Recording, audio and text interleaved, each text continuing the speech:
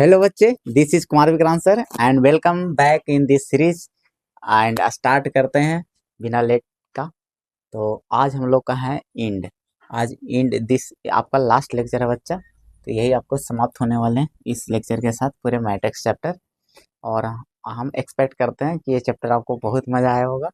Full of concept थे chapter, भले ही आसान चैप्टर है बट ये लॉन्ग चलते हैं, बहुत सारे कॉन्सेप्ट थे इसमें। तो चलो आज ख़त्म करते हैं इस चैप्टर को इस लेक्चर के साथ। तो देखना बच्चा, आज हम लोग करने वाले हैं एक नया टॉपिक का स्टार्ट। उससे पहले ना पिछले लेक्चर में जो हम पढ़ाए थे सिस्टम ऑफ लीनियर इक्वेशंस, तो उसके थोड़े से पार्ट है ना, एक दो क्वेश्चन और कराते हैं, उसके बाद हम नया टॉपिक स्टार्ट करें जो लास्ट टॉपिक होंगे। एलिमेंट्री ऑपरेशन या एलिमेंट्री ट्रांसपोरेशन के मदद से है ना, विद द हेल्प ऑफ है ना, या तो यूजिंग दिस मेथड कैसे इन्वर्स निकालते हैं किसी मैट्रिक्स का, राइट। तो देखिए, तो उसके पहले ना सिस्टम ऑफ लीनियर इक्वेशन में एक था होमोजीनियस, तो उसको सिर्फ कंडीशन बताते हैं कि अगर कोई है ना, पिछले क्लास में हम नहीं बता पाए थे, मिसिंग हो गया था ये। होमोजीनियस लीनियर सिस्टम होता है, homogeneous system of linear equation अगर ये रहता है बच्चा,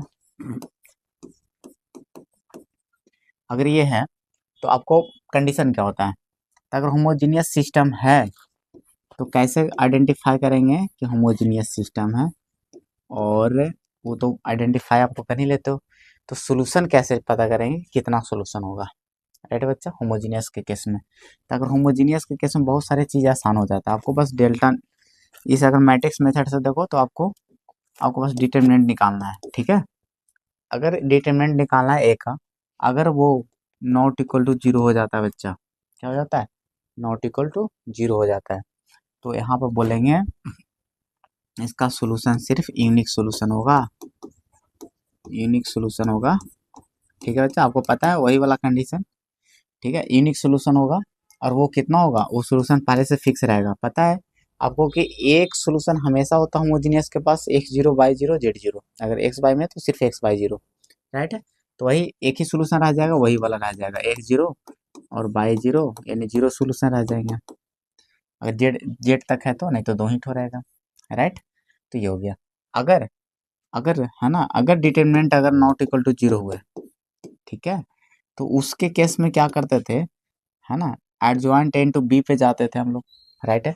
तो यहाँ पे क्या है ना, नहीं जाना है आगे की ओर, बस अगर नॉट इक्वल टू जीरो हो जाता है तो इन्फिनाइट नंबर ऑफ सोल्यूशन हो जाएंगे इसके, क्या हो जाएंगे, इन्फिनाइट नंबर ऑफ सोल्यूशंस हो जाएंगे, नंबर ऑफ सोल्यूशंस हो जाएंगे, ये होता है। तो ये आपको ध्यान रखना है। अच्छा, उस जो सोल्यूशंस होंगे तो इसमें तो इंक्लूडेड रहेगा ना, कौन रहेगा इसके, इसमें इस सोल्यूशन में कौन इंक्लूड रहेगा बाबू, इंक्लूडेड कौन रहेगा, जीरो सोल्यूशन भी तो इंक्लूड रहेगा। जीरो सोल्यूशन दैट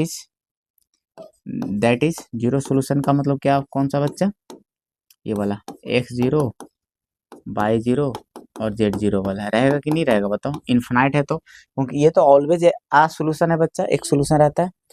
अच्छा, तो कहा जाता है कि जब ऐसा कंडीशन होता है तो इसको बोलते हैं नॉन ट्रिवियल सोल्यूशन, इसको बोलते हैं ट्रिवियल सोल्यूशन।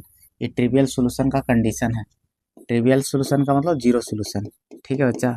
अगर हम पूछ देंगे होमोजीनियस में ट्रिवियल सोल्यूशन का मतलब क्या समझना, तो ट्रिवियल सोल्यूशन का मतलब कंडीशन बोले, ट्रिवियल सोल्यूशन का कंडीशन बताओ, यानी ट्रिवियल सोल्यूशन या जीरो सोल्यूशन, यानी ये कब आता है, तो determinant not equal to zero है ना, या इसको जीरो सोल्यूशन भी कहा जाता है। और ये condition not equal to zero है ना, तो नॉन ट्रिवियल सोल्यूशन कहेगा, non trivial solution, trivial solution, तो इसी को नॉन जीरो सोल्यूशन भी कहा जाता है, नॉन जीरो सोल्यूशन।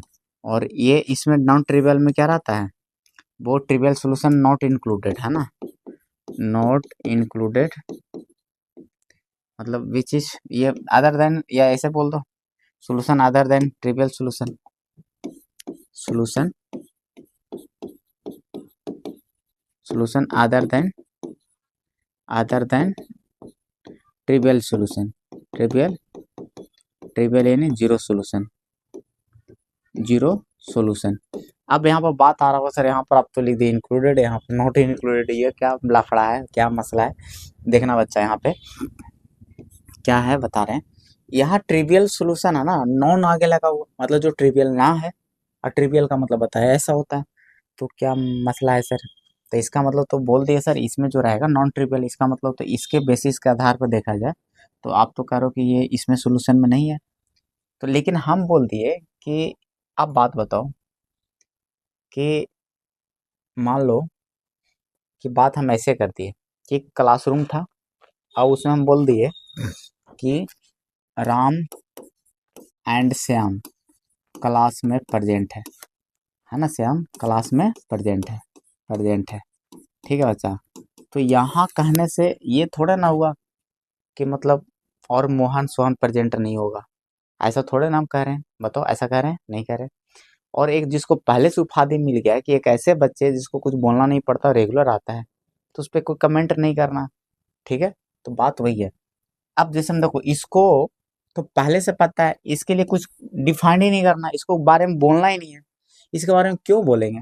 क्योंकि दोनों केस में ये ऑलवेज एक वैल्यू होता है होमोजीनियस, तो ये तो पहले से विद्यमान है, इसके बारे में क्या बोलना फिर?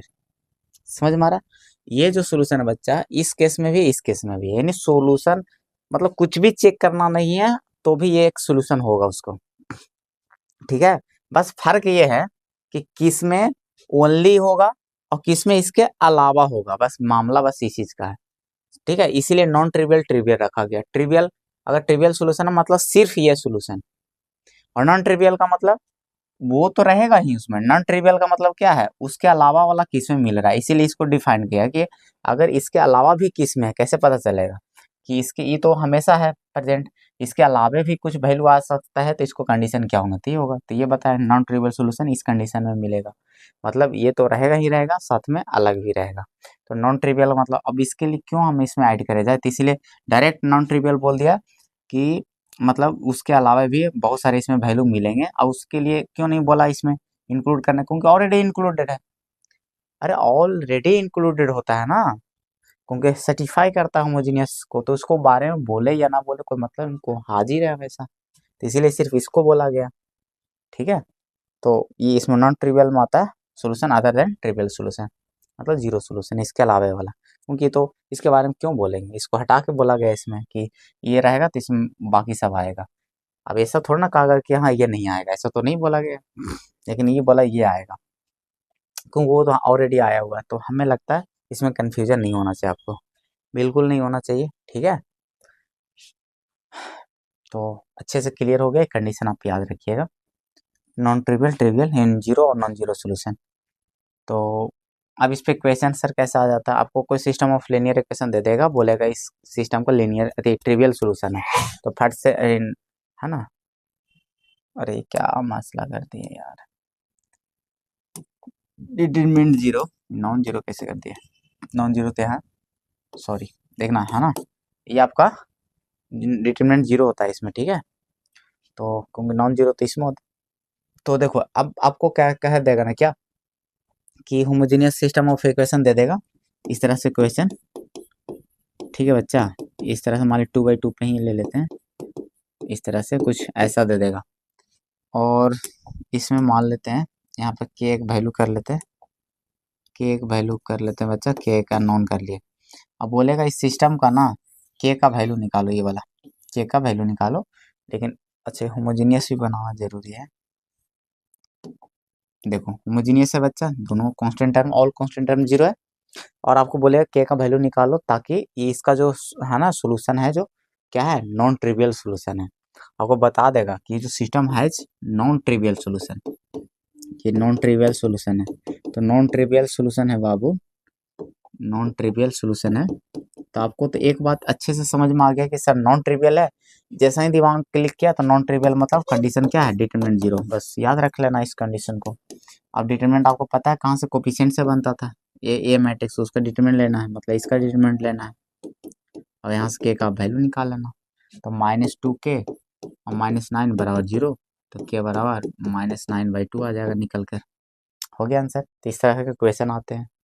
या तो एक क्वेश्चन और आएंगे कि ये कुछ कांस्टेंट वैल्यू दे देगा, यहाँ पर पूरा 9 रहेगा, तो बोलेगा इसका बताओ नंबर ऑफ सॉल्यूशंस कितने होंगे। तो हम लोग जो वो वाला तरीके अपनाते थे, इस पे भी लागू होंगे, ठीक है। एडजॉइंट ए इंटू बी सब वाला मामला उतना करना ही नहीं, इसके लिए स्पेशल क्यों केस पढ़ रहे हैं होमोजीनियस के लिए, क्योंकि होमोजीनियस में ना सिर्फ आपको डिटरमिनेंट पे डिपेंड कर रहा है, एडजॉइंट ए इंटू बी पे कुछ कर ही नहीं रहा है, जीरो होने के बावजूद भी, इसीलिए इसको अलग टाइप में हम लोग पढ़ रहे हैं। नॉन होमोजीनियस में रहेगा तो फिर वो वाला जो लिखवाए हैं, ठीक है, कि अगर डिटरमिनेंट जीरो हो गया तो उसमें भी कहीं जाने की जरूरत नहीं है। अगर डिटरमिनेंट जीरो हो गया, नॉन होमोजीनियस है, तो दो केस में बढ़ता था, फिर एडजॉइंट ए इंटू बी को उड़ जाते थे, लेकिन इसमें होमोजीनियस केस में उधर जाने की जरूरत नहीं है ना, इसी से काम हो जाता है। अगर जीरो आ रहा है तो फिर non trivial solution, infinite solution की ओर चले जाओगे, ठीक है। ये होमोजीनियस का अपना फायदा है। अगर ऑल कांस्टेंट टर्म जीरो रहा, आपको बोलेगा जरूरी नहीं कि होमोजीनियस है, होमोजीनियस को देखना है, पहचानना है, राइट है। तो ये काम हो गया। और एक चीज और इसमें करा देते हैं, थोड़ा हिंट कर देते हैं, कभी क्वेश्चन आएंगे तो ऐसा करवा देंगे आपको, कि एक आपको इस तरह से रहेगा कि आपको पता है कि इन्फिनाइट सॉल्यूशन होते हैं। अगर मान लो कि ऐसा है, छोटे पे लेते हैं, इसे एक्स वाई जेड पे भी ले सकते थे, चलो आपको कॉन्सेप्ट बस सिखा देते हैं, क्योंकि रेयर नहीं पूछा जाता। अगर वैसा रहेगा तो हम आपको कभी क्वेश्चन करवा देंगे असाइनमेंट में।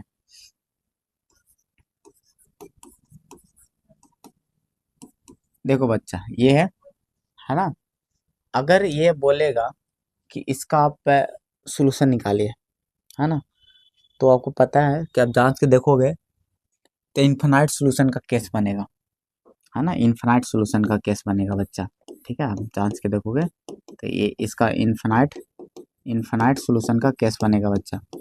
अच्छा, इन्फिनाइट सॉल्यूशन का जो केस बनेगा तो इसमें होगा क्या कि निकालेंगे सर इन्फिनाइट, आंसर कैसे निकाल पाएंगे हम लोग, ठीक है। जब कटाते हैं तो सब कट जाता है ना, कोई सेम करोगे, इसमें अगर दो से गुना करके घटाओगे तो वेरिएबल ही गायब हो जाएंगे। तो सर इसका सोल्यूशन निकालने का तरीका क्या है, तो तरीका क्या है, अगर इन सिस्टम का इन्फिनाइट सोल्यूशन है, पहले देखो तीन तरह का सोल्यूशन होते हैं। एक होता है ओनली वन, तो ओनली वन जो हम नॉर्मल प्रोसीजर से निकालते हैं वही आ जाता है, एक्स वाई जेड का वैल्यू सिखा भी चुके हैं मैट्रिक्स मेथड से, और नॉर्मल मेथड से भी जानते हो आप लोग, ठीक है। सब्स्टिट्यूशन या जो भी मेथड यूज कर लोगे तो आ जाएंगे। तो वो यूनिक सोल्यूशन का केस हो गया बच्चा, है ना। यूनिक सोल्यूशन में तो हमें नहीं लगता आपको लफड़ा रहते होंगे, ठीक है, यूनिक सोल्यूशन।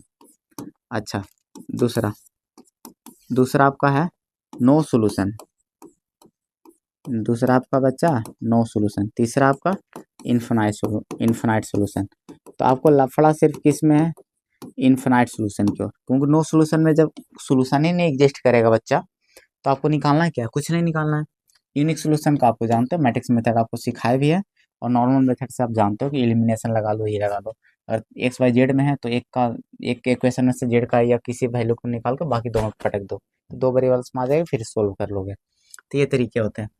तो अब इसमें क्या करना है कि इन्फिनाइट का सर सोल्यूशन कैसे निकाला जाता है, इसका क्या तरीका है, ठीक है बच्चा। तो इसको निकालने के लिए देखो क्या करा जाता है ना, इसको बनाने के तरीके देखो बच्चा क्या है ना, देखना ध्यान से। हम लोग नॉर्मल प्रोसीजर ही बनाने वाले हैं, नॉर्मल ही तरीके अपनाने वाले हैं। बस आपको बोल देगा कि जांच लेना है, बोलेगा कि क्वेश्चन ऐसे बोल देता है कि जांच कर बताए कि इसका सिस्टम का कितना सोल्यूशन है, और सोल्यूशन है उसके बाद सोल्यूशन निकालें। अगर एग्जिस्ट कर रहा है तो, अगर इन्फिनाइट है तो एग्जिस्ट कर रहा है तो सोल्यूशन निकालने बोलेगा, ये नहीं बोलेगा कौन मेथड से निकालना है, ठीक है। तो देखिएगा, अब मान लो इसका निकालना है सोल्यूशन, तो देखो क्या करना है।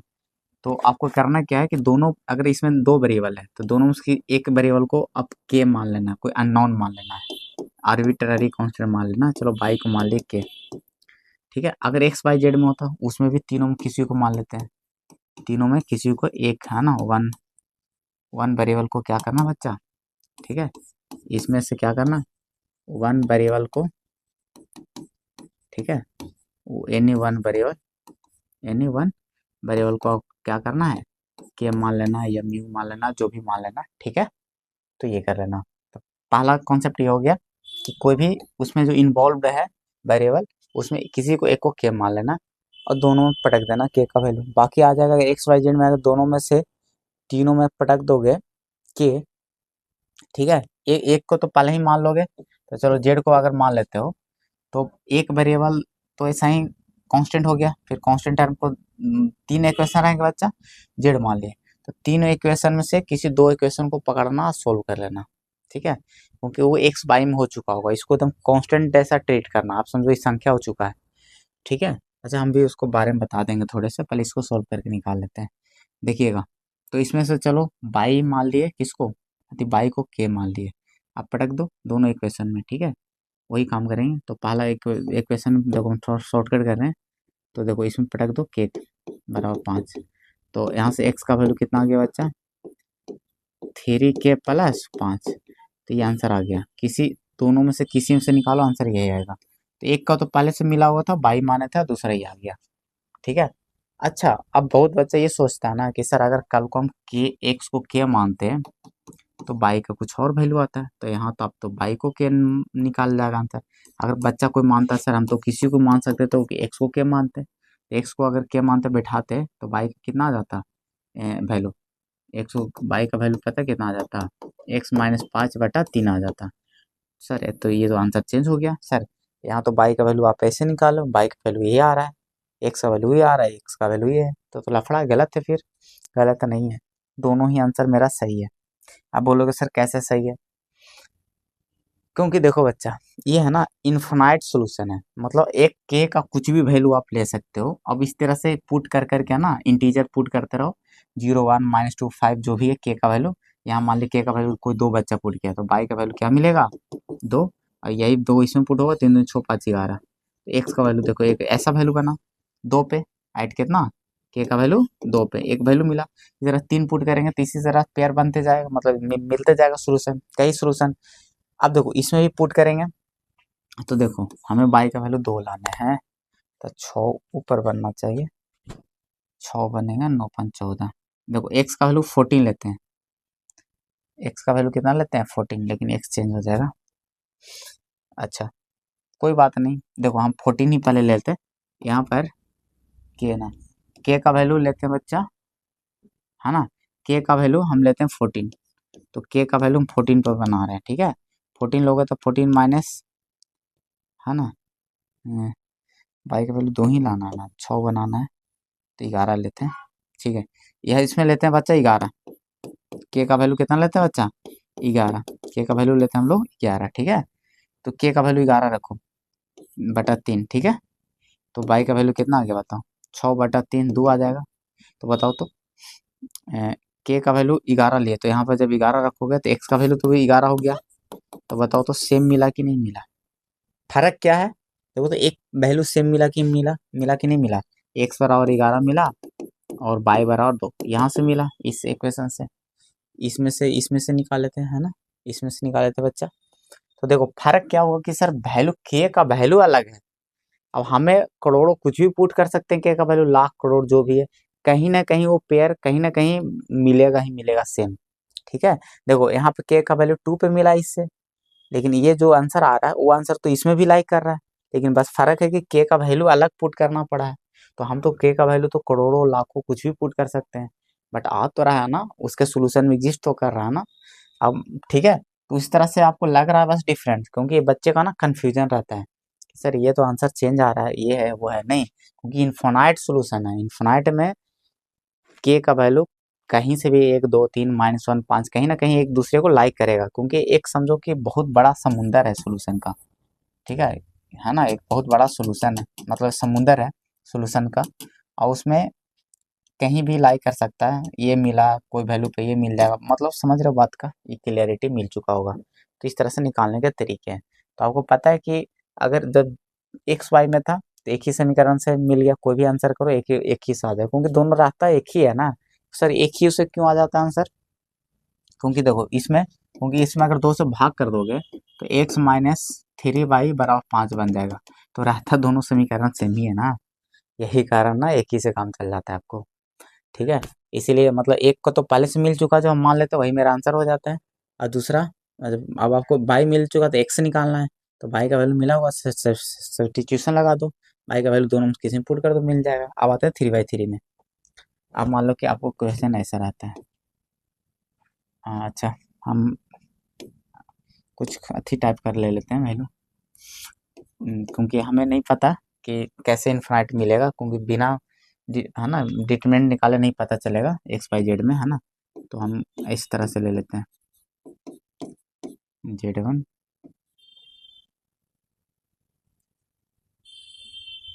नॉन होमोजीनियस या होमोजीनियस कुछ भी हो सकता है। तो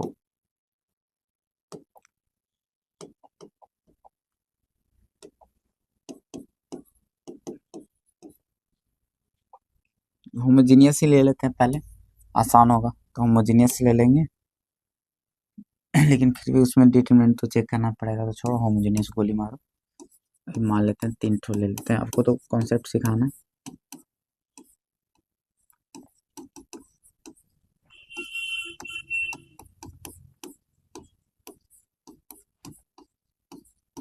देखो बच्चा, ये हैं आपके, ये हैं आपके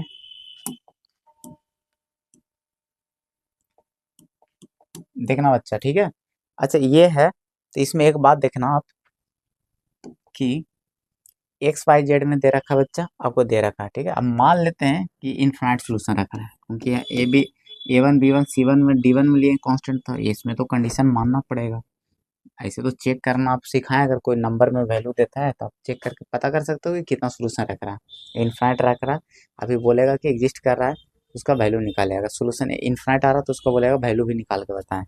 तो मान लेते हैं कि इनफाइनाइट सोल्यूशन रख रहा है बच्चा, है ना, इनफाइनाइट सोल्यूशन रख रहा है, तो इसको आप सोल्यूशन रख रहा है तो वैल्यू निकालते कैसे हैं एक्स वाई जेड में। तो आपको पता है कि एनी वन किसी को मान लो बच्चा, है ना, एनी वन वेरिएबल, है ना, ऑफ ऑल, है ना, ऑफ, है ना, इन ऑफ ऑल, ठीक है। उसको मान लेना के, ये को क्या करना है, जूम कर लेना, ठीक है, लेट कर लेना या जूम कर लेना, ठीक है। चलो इसमें हम जेड को मान लेते हैं, जेड दूर दराज के इंसान होते हैं, ठीक है। तो हम किसी को मान सकते हो, तो एक वैल्यू तो मेरा पहले निकल गया। अब आपको एक्स बाई जेड में खेलना है, मतलब एक्स वाई में खेलना है, ठीक है। उसी तरह से कॉन्सेप्ट है, आप किसी को मान लो, कोई दिक्कत वाली बात नहीं है। अब आपको खेलना है बस एक्स वाई जेड का, मतलब एक्स वाई का निकालना बच्चा। तो अब दो किसी भी दो समीकरण को पकड़ो और पटक दो, क्योंकि दो ही समीकरण क्यों चाहिए, क्योंकि एक्स वाई का वैल्यू निकालना, जेड का हमें पता है, तो एक्स वाई का वैल्यू निकालने के लिए दो समीकरण ही चाहिए। तो किसी कोई भी पकड़ लो, आंसर आ जाएंगे सेम, ठीक है। तो हम चलो पहला दूसरा पकड़ लेते हैं, क्लियर है। और यहाँ पर जेड का वैल्यू पटक देंगे तो क्या दिखेगा बताओ, B1 plus C1, Z Z की जगह के पुट कर दोगे। अब के कांस्टेंट हो चुका है, तो के वाला काम कांस्टेंट कांस्टेंट घटा लेंगे, ये तो कांस्टेंट रहा होगा, क्योंकि वेरिएबल तो एक्स वाई है, जेड रहा था ना, तो जेड तो के बैठा दिए, एक कांस्टेंट हो गया तो कांस्टेंट को साइड भेज देंगे। तो ये इक्वेशन आपको परिवर्तित हो जाएगा ऐसे में, ठीक है। तो बराबर हो जाएंगे, बराबर D1 माइनस C1 के, राइट। ये परिवर्तित हो जाएंगे इस तरीके का। अच्छा इस तरीके का हो जाएगा, इसको समीकरण आप मान लेना, ठीक है, आप इसको समीकरण मान लेना। अब एंड, अब क्या हो जाएगा, दूसरा समीकरण इसमें बैठा लो, तो बैठा कर अगर उस साइड भेजोगे तो पता है D2 माइनस C2 के बनेगा, है ना, डायरेक्ट कर दिए, समझ में आ गया होगा। तो ये दो समीकरण मिल गया। अब आपको पता है एक्स वाई समीकरण को कटा के हल कर लेते हैं। ये तो आपको कांस्टेंट है बच्चे, है ना, ये आपके कांस्टेंट रहेंगे, इधर कांस्टेंट रहेंगे। आपको एक्स वाई में समीकरण है, आप हल करके एलिमिनेशन या सब्स्टिट्यूशन मेथड, जो भी मेथड आप इसको कटाकर या मतलब हल करके निकाल लोगे, तो के टर्म में आ जाएगा, तो आंसर आ जाएगा। ये जेड पहले से निकला हुआ है, यहाँ से एक्स वाई निकाल लोगे, तो तरीका वही है, एक्स वाई जैसा, है ना। तो हमें लगता है कोई दिक्कत वाली बात नहीं है। बड़ा बात था क्लैरिटी देना, आपको हर एक कॉन्सेप्ट का क्लैरिटी दिए हैं। इसमें भी बता दिए कि कैसे कन्फ्यूजन होता है बच्चा, आपको निकाल के वैल्यू, है ना, दिखा दिए कि इस तरह से पुट करते जाओगे आपको वैल्यू मिलते जाएंगे इनफाइनाइट, ठीक है। तो बस यही था, क्लियर नहीं है, कोई दिक्कत नहीं है, क्लियर हो गया। चलो आप स्टार्ट करते हैं हम लोग, जो आज स्टार्ट करने वाले हैं बच्चे, आपको एलिमेंट्री ट्रांसफॉर्मेशन से इन्वर्स कैसे निकालते हैं देखिएगा। एलिमेंट्री ट्रांसफॉर्मेशन,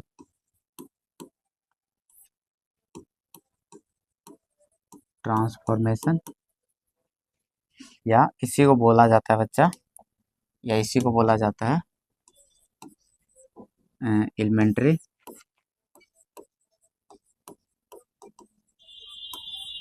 या इसी को बोला जाता है एलिमेंट्री ऑपरेशन। एलिमेंट्री ऑपरेशन, ठीक है बच्चा, इसी को बोला जाता है एलिमेंट्री ऑपरेशन। देखिएगा,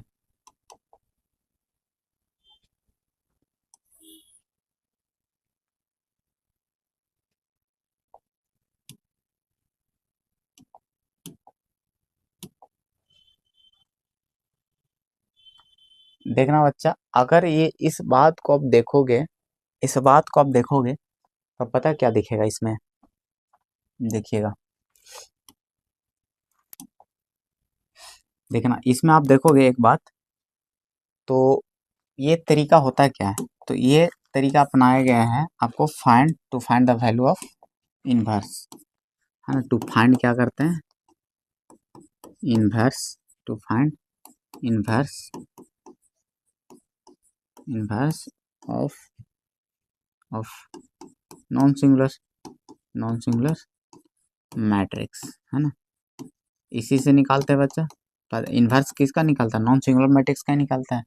तो ये इनवर्स निकालने का एक आपका प्रोसीजर होता है, एक मेथड होता है बच्चा, ठीक है। आपको जो इनवर्स पढ़े होगे, है ना, आप जो इनवर्स पढ़े होगे एडजॉइंट मेथड से, ठीक है। एडजॉइंट मेथड से कैसे निकालते थे बच्चा, एडजॉइंट मेथड से आप कैसे निकालते थे बताओ, एडजॉइंट मेथड से आप निकाल देते हैं, या एडजॉइंट मेथड, वो एडजॉइंट मेथड में एडजॉइंट को यूज करते हैं।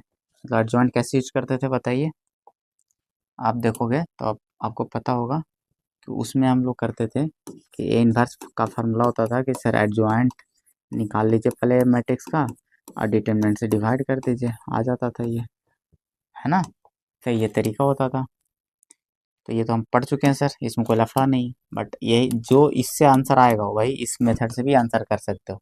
तो स्पेशली आपको मेंशन कर देता है कि एलिमेंट्री ट्रांसफॉर्मेशन से आप इन्वर्स निकालिए, तो आप ये तरीका नहीं अप्लाई कर सकते हो। अगर डायरेक्ट कोई मैट्रिक्स दिया, आपको बोल दिया कि आपको निकालिए, है ना, डायरेक्ट इन्वर्स निकालिए, तो आप किसी भी तरीके से निकाल सकते हो, कोई दिक्कत वाली बात नहीं है। अब देखिए इसमें कुछ रूल होते हैं, 3 ठो रूल हैं जो आपको समझने हैं। देखिएगा, इसमें क्या क्या अलाउड है, तो बोलता है कि इंटरचेंज कर सकते हो, है ना, कोई भी आपसी में, है ना, तो इंटरचेंज, तो इसी रूल कहता है कि any any two parallel lines, parallel lines, parallel lines है ना, मतलब रो और कॉलम की बात हो रहा है, रो और कॉलम की बात हो रहा है, ठीक है। मतलब टू पैरेलल लाइन का मतलब, पैरेलल लाइन ये रो है या कॉलम है, टू पैरेलल का लाइन कब बनेंगे, चाहे दोनों रो हो, ठीक है, या दोनों कॉलम हो, तभी तो पैरेलल दिखेंगे, है ना। तो इसलिए आसान इन लैंग्वेज यूज करते हैं कि आपको आसान हो समझने में, ठीक है। एनी टू पैरेलल लाइंस, है ना, can B interchanged, can be interchanged, interchange से ना स्विच्ड लिख दो तो ज़्यादा बेटर, आपको इंटरचेंज भी लिख सकते हो या स्विच्ड है ना, स्विच्ड तो ज़्यादा, स्विच का मतलब समझते हो ना, हम आ जाते हैं आपके पास, आप आ जाओ मेरे पास, इंटरचेंज भी बट आप यूज कर सकते हो, ठीक है। कैन बी स्विच्ड मतलब एक जगह से दूसरे जगह वो आ जाएगा उसके पास। तो आपको मान लिया कि ये इसका एग्जांपल ले देते हैं, ये ऐसा यूज आएगा, मान लेते हैं एक मैट्रिक्स, ऐसा मान लेते हैं एक मैट्रिक्स है बच्चा, ठीक है। तो आप इसमें स्विचिंग प्रॉपर्टी आपको लगाना है, चलो ये मैट्रिक्स है, तो आप यहाँ से अगर आपको लगाना है, प्रॉपर्टी लगाना है कि ये वाला अलाउड, इसके अकॉर्डिंग क्या बनेगा, प्रॉपर्टी अप्लाई करना है इसमें, तो आप कैसे करोगे, है ना, किस तरह से करोगे। अगर आपको मानना है कि आपका ये R1 है बच्चा और ये आपका R2 है, दोनों पैरेलल लाइन हो गया, हम चाह रहे हैं कि R2 वाला एलिमेंट ऊपर हो जाए, R1 वाला इसमें हो जाए, तो R1 वाला कैसे बन दिखेगा मैट्रिक्स बताओ, तो ये आ जाएगा 6 7 नीचे आ जाएगा बच्चा, और 8 3 ऊपर चला जाएगा, ये हो गया। तो सर जगह चेंज हो गया, R2 वाला ऊपर चल गया, R1 वाला नीचे आ गया, तो इसको इस चीज़ को बताएंगे कैसे, मेंशन कर लिखेंगे कैसे कि क्या किए हो। तो R1 वाला किस में भेजो बच्चा, R2 में ना, अब R2 वाला किस में भेजो, R1 में, तो इसे बताने का तरीका है कि इंटरचेंज प्रॉपर्टी लगा, मतलब इंटरचेंज करे हो या स्विच किए हो, ठीक है। तो ये बात आपको पता होना चाहिए, ठीक है। इंटरचेंज भी बट आप लिख सकते हो, इंटरचेंज्ड। ठीक है, क्लियर है, यहाँ तक कोई दिक्कत नहीं होगा बच्चा। तो ये एरो दिखाता है कि उसमें गया, ये इसमें आया, ऐसो पता होना चाहिए। ऐसा अगर कहीं मेंशन हो तो ऐसा, तो आपको समझ जाना कि स्विच हुआ है, R1 गया उसमें, R2 गया इसमें। क्लियर है, तो इस तरीके का। दूसरा देखिएगा, दूसरे क्या है, दूसरा रूल कहता है कि एनी नॉन जीरो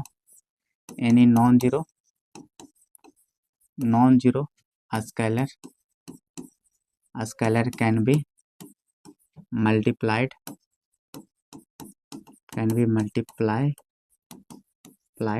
है ना, मल्टीप्लाइड इन अ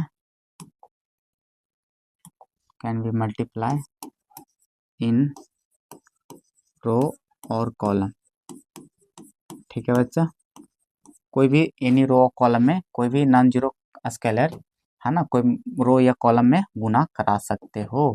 कहने का मतलब ऐसा अलाउ है इसमें कि अगर कोई मैट्रिक्स है 7 8 9 10 ऐसा कुछ मान लेते हैं, अगर ये अप्लाई करना चाह रहे हैं प्रॉपर्टीज मैट्रिक्स में। ठीक है बच्चा, तो कैसे अप्लाई करेंगे? अगर हमको मन हो गया कि जो सर ये जो है ना C2 दिख रहा है, इसमें मन हो गया मेरा 4 से गुना करने का, ऐसा में जरूरत पड़ गया। ठीक है, ऐसा आपको जरूरत पड़ेगा बच्चा, तो आपको 4 से गुना करने की जरूरत पड़ गया, तो 4 से गुना कर लो, कोई दिक्कत नहीं है, 4 से गुना कर लीजिए, तो ये सही रह जाएगा। इसमें तो नहीं कुछ किए हो, रह जाएगा, इसमें 4 से गुना कर लीजिए, तो 8 चौके 32 और 10 चौके 40 हो जाएगा। नहीं हो जाएगा बच्चा, 40 हो गया, कोई दिक्कत नहीं है। अब देखना 4 से गुना कर लिए सर इसमें, तो इस बात को बताएंगे कैसे कि हमने किया क्या है। तो आप किए हो क्या कि C2 में बच्चा है ना, देखना C2 में आपने किया है, C2 में 4 से गुना, C2 में आपने 4 से गुना किया है। अब बताओ, अब जब C2 से 4 से गुना किए हो तो C2 तो बेचारा चेंज कर जाएगा ना, तो C2 को एरो दिखाता है कि C2 चेंज कर रहा है, एक तरफ का एरो है ना, ये दिखा रहा है कि C2 चेंज कर रहा है, C2 चेंज है ना, ये आपको ये मतलब पता होना चाहिए कि C2 इज चेंजिंग है ना, C2 चेंज्ड है ना, ये C2 चेंजिंग दिखाता है कि चेंज हो गया है। ठीक है, ये चेंज हो रहा है इस प्रकार से, एक एरो वाला। ठीक है, ये क्लियर है, दोनों साइड का एरो स्विचिंग दिखाता है कि ये आ गया उसमें, चला गया इसमें, ये दिखा रहा है कि ये इस प्रकार से चेंज हो गया। ठीक है, इस तरह का, तो ये आपको बात पता होना चाहिए कि C2 में चेंज हुआ किस प्रकार से, तो 4 से गुना करके। अब देखो शकल चेंज हो गया C2 का, यहाँ है ना, तो यहाँ तक लिखने भी आने चाहिए, बहुत इंपॉर्टेंट है, लिखना भी आना चाहिए। ठीक है, आपको बताना पड़ता है। एक लास्ट है बच्चा, देखना उसमें क्या है, तीसरा पॉइंट है, इसमें क्या था, इसमें कहा जाता है, अच्छा गुना करो तो डिवाइड भी बात एक ही है बच्चा, है ना। अब यहाँ पर गुना है तो भाई डिवाइड करने के लिए आपको बताना नहीं पड़ेगा, आप डिवाइड भी कर सकते हो। तो यहाँ पर लिख देते हैं मल्टीप्लाइड और डिवाइडेड। ठीक है, समझ में आ रहा? अरे गुण डिवीजन भी एक तरह का गुना ही तो होता है। ठीक है, इसलिए यहाँ पर मल्टीप्लाइडेड या डिवाइडेड। ठीक है, तो ये बात नहीं मेंशन किए थे। क्लियर है, देखिएगा डिवीजन भी एक तरह का गुना होता है। सर कैसे गुना होता है? जैसे हम 7/4 है तो 4 से डिवाइडेड है। अब हम इसको ऐसे भी लिख सकते हैं गुना के रूप में कि 1/4 से गुना है। अगर इसको हम को लाना है तो हम बच्चा को बोलेंगे, दो तरीके से बोल सकते हैं कि 7 में 1/4 से गुना कर दो, तो गुना हो गया। भाग का कुछ नाम दिए? नहीं दिए। हम ये 4 7 में 4 से भाग दे दो, तो ये चीज मिलना है, दोनों एक ही चीज। इसीलिए कहीं कहीं बुक में ये चीज मेंशन नहीं रहेगा डिवाइडेड, तो इसका मतलब नहीं समझे डिवाइड नहीं कर सकते। अगर ऐसा कहानी कभी है तो इसमें माने तो हम 4 से डिवाइड भी कर सकते हैं। ठीक है, तो फिर ये आ जाएगा ऐसा, या इसमें माने 2 से डिवाइड करना तो 2 से डिवाइड भी कर सकते हो। चलिएगा ठीक है, आगे बढ़ते हैं। अब देखिएगा लास्ट है, इसमें कह रहा है कि any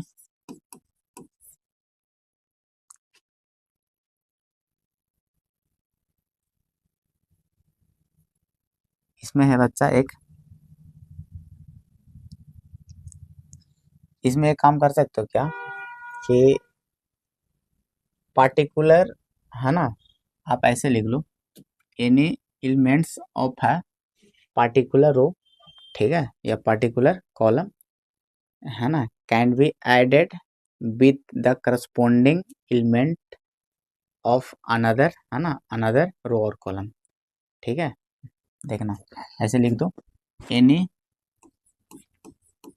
elements of, any element of, any element of, any elements of, है ना, a particular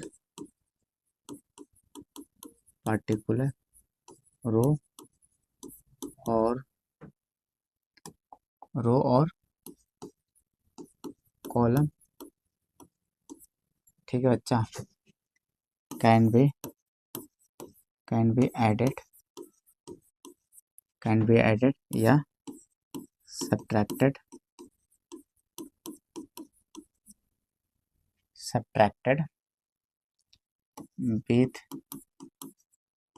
with the corresponding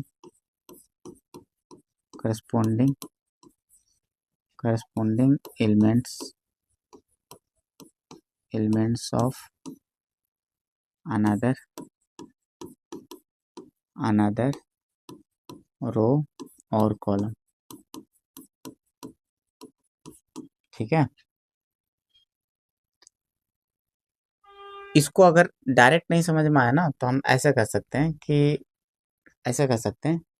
ठीक है, और विद द इतना मल्टीप्लाइड विद एनी, इसको लिख देते हैं मल्टीप्लाइड, इसमें वर्ड लगा देना मल्टीप्लाइड। ठीक है, इसको लगाने की जरूरत नहीं, दोनों में मल्टीप्लाई, है ना, multiplied with non zero scalar. तो देखना बच्चा, इसको कहानी में देखो हम कह सकते हैं, ये जरूर नहीं कि सिर्फ इसी मल्टीप्लाई हो, उसमें भी मल्टीप्लाई कर सकते हो। जैसे हम देखना, हम कहना क्या चाह रहे हैं, देखिएगा कि इसको शॉर्टकट में आप ऐसे भी लिख सकते हो, इस बात को आप ऐसे भी लिख सकते हो कि टू पैरेलल लाइंस, है ना, आर एडेड और सब्ट्रैक्टेड, बस। ठीक है, टू पैरेलल लाइंस, अब पैरेलल लाइंस ऐड, है ना, पैरेलल लाइंस। ठीक है, लाइंस मतलब रो और कॉलम,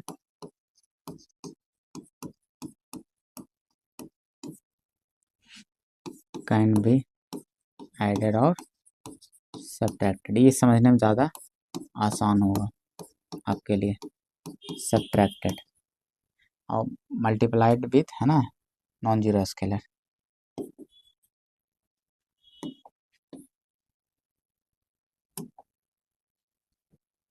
इसी में लिख दीजिएगा, यहीं पे लिख देना बच्चा, दोनों रो और कॉलम मल्टीप्लाई भी हो सकता है।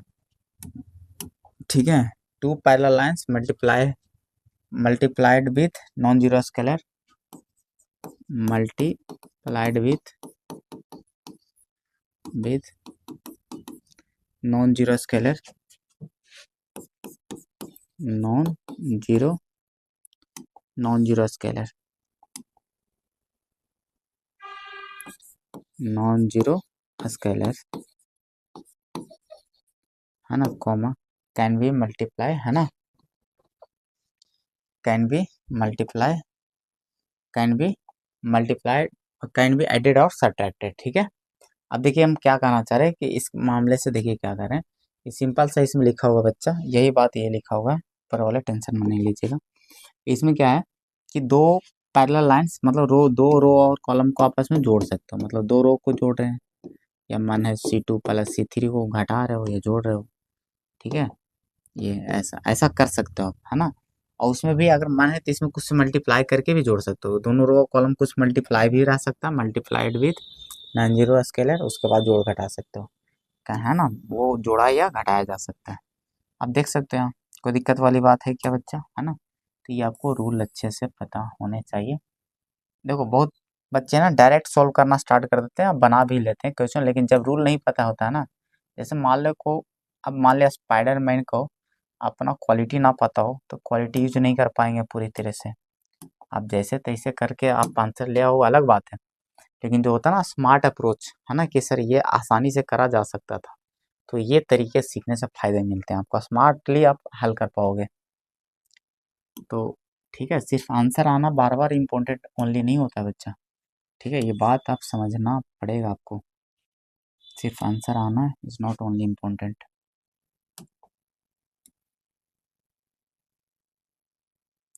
ठीक है, नॉन जीरो स्केलर,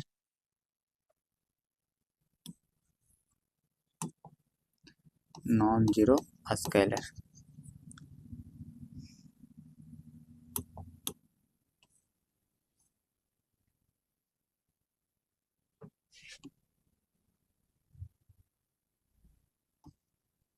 इस बात को आपको अच्छे से पता होना जरूरी है, बात को अच्छे से पता होना जरूरी है। देखिएगा, ये हो गया बच्चा आपका। अब एग्जाम्पल देखिएगा, हम दे रहे हैं कि आप कर सकते हो बच्चा कि R1 को R2 के साथ जोड़ सकते हो, ठीक है, और मन हो गया कि C2 को C3 के साथ घटा सकते हो। साथ में ये तो डायरेक्ट कर दिए, साथ में मल्टीप्लाई भी हो सकता है। यहाँ पर कुछ नहीं तो समझो 1 1 से मल्टीप्लाई है बच्चा, 1 1 से मल्टीप्लाई है, ये 1 और -1 से मल्टीप्लाई है अगर देखा जाए तो, है ना। एडेड और सब्ट्रैक्टेड तो बात, तो जोड़ भी तो एक तरह का, घटाव भी तो एक तरह का जोड़ ही है ना, घटाव भी तो एक तरह का जोड़ ही है -3 से, तो जोड़ो इसलिए, है ना। बुक में ऐसे भी लिख देता है रूल में कि सिर्फ जोड़े वाला बात करेगा, घटाने वाला बात नहीं करेगा, वही भाग की तरह, है ना। तो हम यहाँ अगर जोड़ने वाली बात बोलते तो हम इसको ऐसे समझते कि C2 में और -1 में C3 से गुना करके जोड़ा गया है, बात वही है ना, स्केलर से मल्टीप्लाई हुआ -1 से, ठीक है। यहाँ पे ऐसे बोल सकते हो घटाए हैं, तो घटाने वाला भी तो बात एक ही है। अब देखिएगा, अब यहाँ से करना क्या है कि ऐसे इस तरीके का कहानी बन रहा है बच्चा, तो आप ऐसा कर सकते हो। अगर कल को यहाँ पर आ गया 2 से स्केलर गुना हो गया, 3 से स्केलर से तो गुना कर ही सकते हैं, ऐसा ऐसा भी आप ये कर लिख सकते हो, ठीक है, ऐसा भी यूज कर सकते हो। और कल को यहाँ पर 4C2, है ना, और 3C, है ना, 4 मतलब 3 हो गया, ठीक है, इस तरीके का किसी में प्लस भी कर सकते हो इस तरह से, ठीक है। अब इसको यूज कैसे करते हैं, तो अगर ये दोनों में लिख रहे हो तो किसी ना किसी में शिफ्ट करना पड़ता है बच्चा, बोलो ना चेंज करवाना है, ये दोनों जो इन्वॉल्व हुआ दोनों में किसी में शिफ्ट कर सकते हो, R1 या R2, ठीक है, अपना जरूरत के हिसाब से। ये आपको R2 या R3 में किसी में लिखना पड़ेगा, है ना, शिफ्ट करना पड़ेगा R2 लाइन में या R2 में। तो ये दिखाता R2 चेंज कर रहा है, तो इस प्रकार से हम आपको सिखाएंगे बाद में, इसको भी आपको लिखना पड़ेगा C2 या C3 दोनों में किसी एक, ये C2 या C3 में किसी में एक में शिफ्ट करना पड़ेगा। अब ये अपना किसी में कर लो, कोई फर्क नहीं पड़ता है, आपको जरूरत के हिसाब से लिखना पड़ता है, वो क्वेश्चन के अकॉर्डिंग C2 में लिखना है या C3 में लिखना, किस में काम कर रहे हो, ठीक है। तो ये तुम्हारा होता है बच्चा, ये रूल हो गया खत्म। अब आते हैं, अब इसमें एक चीज बात और समझिएगा कि अगर ऑपरेशन, इसमें एक ही ऑपरेशन हर एक जगह लगाना है, तो एक होता है रो, इसलिए नाम, अगर रो वाइज, अगर सिर्फ अगर पूरे क्वेश्चन में सिर्फ रो आप खेल रहे हो, रो में 2 से गुना करके आप कहानी बना दिए, R2 में चेंज करवा दिए, स्विचिंग लगा दिए कि R1 लाइन को R2 में स्विच कर दिए और R2 को C1 में, अगर कहीं भी एक ऑपरेशन लगाते हो रो वाला, ठीक है बच्चा, रो वाला, तो उसको बोलते हैं कि रो ट्रांसफॉर्मेशन है, रो एलिमेंट्री ट्रांसफॉर्मेशन इसको नाम पड़ जाता है, रो एलिमेंट्री ट्रांसफॉर्मेशन आप लगा रहे हो, क्यों, क्योंकि आप रो को यूज कर रहे हो, ठीक है। आप ये इंपॉर्टेंट नोट आप लिख लीजिएगा, ठीक है, नहीं तो आप भारी मिस्टेक हो जाएगा आपसे। देखिएगा कि अगर रो वाइज आप खेल रहे हो तो रो एलिमेंट्री ट्रांसफॉर्मेशन क्या होगा कि रो में चेंज करा दिए R1 + R2 या 2R2 लगा दिए इस तरह से, या R2 में 2 से गुना करा दिए, 3 से गुना करा दिए, या यही ना 3 वो सीखे थे, और R3 को स्विच कर दिए R2 में, R2 को, ये 3 तरह का रूल सीखे थे। अगर रो वाइज है ना, ये स्विचिंग प्रॉपर्टी हो गया, ये मल्टीप्लाई वाला करने वाला हो गया, ये एडिशन या सब्ट्रैक्शन करने वाला है ना, तो ये सब रो में खेलो, रो के साथ खेलो। अगर इसमें कहीं भी कॉलम नहीं कर सकते बच्चा कि C1 + R2 ऐसा एक साथ नहीं आता, जब भी जुटता है ये घटता है तो पैरेलल लाइन से जुटता घटता है, इसलिए पैरेलल लाइन वर्ड यूज किए थे कि आपको कंफ्यूजन ना हो, है ना। रो आपको रहेगा बच्चा ऐसे, और कॉलम रहता है पैरेलल लाइन, नहीं तो ये आपस में जुटता नहीं, ऐसा कभी एग्जिस्ट नहीं करता है, ठीक है बच्चा। और जब भी, ठीक है, ऐसा। और एक बात और है कि अगर एक स्टेप में ये ऑपरेशन यूज किया तो दूसरा स्टेप में कॉलम वाला स्टेप नहीं यूज कर सकते हो। अगर पूरे बनाने हैं इन्वर्स निकालने में, तो रो स्टार्ट किए एक स्टेप में रो ऑपरेशन यूज किए इस तरह का तीनों में से कोई, तो अगला स्टेप भी रो ऑपरेशन ही लगाने हैं, इसी में से कोई यूज करना पड़ेगा। ठीक है, मतलब आपको रो ऑपरेशन तो रो एलिमेंट्री है ना, या तो अगर कॉलम या तो कॉलम वाला लगा रहे हो तो फिर कॉलम वाला ही पूरे लगाने हैं, तो आपका आंसर हो जाएगा गलत। ठीक है, इस बात को ध्यान रखना। तो ठीक है, और कॉलम कॉलम एलिमेंट्री ऑपरेशन, ठीक है, कॉलम एलिमेंट्री ऑपरेशन, ठीक है, कॉलम एलिमेंट्री ऑपरेशन। क्लियर है बच्चा, बात आ गया समझ में? तो कॉलम एलिमेंट्री ऑपरेशन ये आपको ध्यान रखना है। और ये आपको इसी तरह से 3 तरीके हो सकते हैं कि सर C1 को शिफ्ट कर दिए C3 में, C3 कैसे, ये जोड़ने वाला मामला आ सकता है सर C2 में, C2 को प्लस है ना 5 C1 में गुना करा दिए इस तरह से, या एक वो था स्केलर से मल्टीप्लाई करने वाला 5 या 1/5 से गुना करा दिए, या 5 से डिवाइड बोलो या 1/5 से गुना बोलो, C3 में इस तरह के का है ना। तो इस तरह का ऑपरेशन जब यूज करोगे इस आपको नोट करना है, ठीक है, ये सब पॉइंट्स।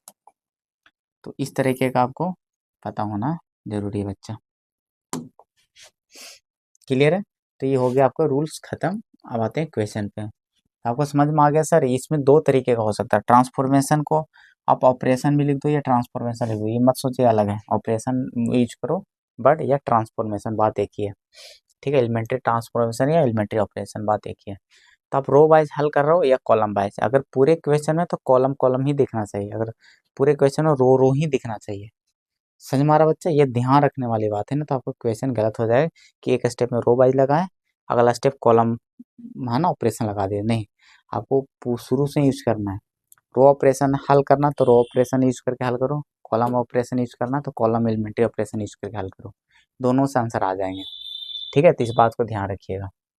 तो आप जो आप करो, कोई एक ही तरीके से हल करना है आपको, रो ऑपरेशन लगाओ या कॉलम ऑपरेशन लगाओ, आंसर दोनों से ही आ जाएंगे।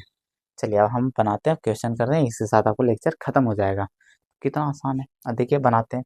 इसमें एक प्रॉपर्टी यूज करने वाला है, ये पूरे चैप्टर में यही आपको प्रॉपर्टी यूज होंगे, देखना वो प्रॉपर्टी भी यहाँ पर मेंशन कर देते हैं आपको, क्योंकि इंपॉर्टेंट बात लिखवा है, तो इसी के साथ ये भी पहले से पढ़ा हुआ है, इसको आप घेर के लिख लिया, क्योंकि यही प्रॉपर्टी के बदौलत ही इसमें आने वाले आंसर नोट में।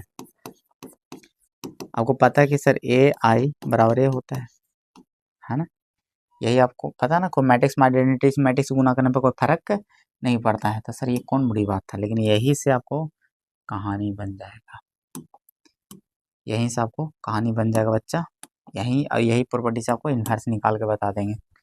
और देखिए एक बात और बताना कि अगर सर इसमें से दोनों तरफ है ना ए इन्वर्स से गुना करा दे, दोनों तरफ क्या कर दे बच्चा, ए इन्वर्स से गुना करते, ए इन्वर्स से अगर गुना कर देते हैं तो क्या बनेगा, कहानी बताना जरा। ए इन्वर्स से गुना कर देंगे तो क्या बनेगा, ये पहले से था बच्चा ये वाला, ए इन्वर्स से दोनों तरफ कर रहे हैं गुना, तो क्या बनेगा बताओ। तो ये तो आई बना लेगा सर,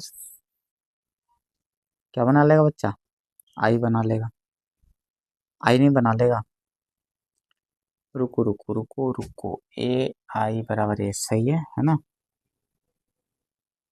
ये तो आई बना लिया, और ये यहाँ पर मिस्टेक किया ना, यहाँ पे नहीं ठीक तो था, ए इनवर्स से है ना गुना कर दिए थे।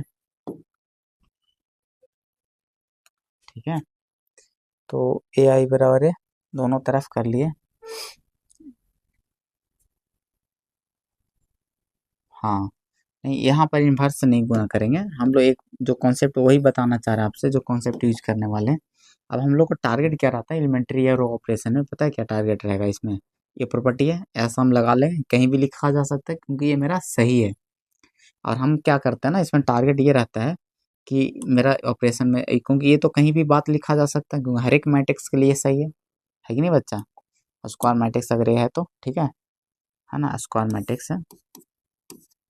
अब देखिएगा कोई भी, क्योंकि इन्वर्स तो निकलेगा ही स्क्वायर मैट्रिक्स का, तो देखिएगा आपको अगर निकालना है तो ए जो है उसको है ना, देखिएगा कैसे करेंगे इसको, टारगेट ये होता है बच्चा कि इसको आइडेंटिटी मैट्रिक्स में आइडेंटिटी मैट्रिक्स में कन्वर्ट करते हैं, आप मेंशन कर सकते हो ऐसा लिख के, है ना, कन्वर्ट है तो हम अलग से लिख देते हैं इस बात को स्टेप्स में, है ना, ताकि आपको ध्यान में रहेगा क्या क्या बात है, ध्यान में रखना अलग से उसको हम लिख देते हैं बच्चा, क्योंकि बहुत कन्फ्यूजन होता है।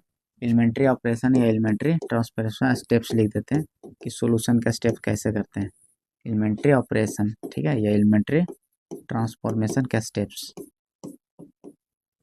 ठीक है बच्चा। देखिएगा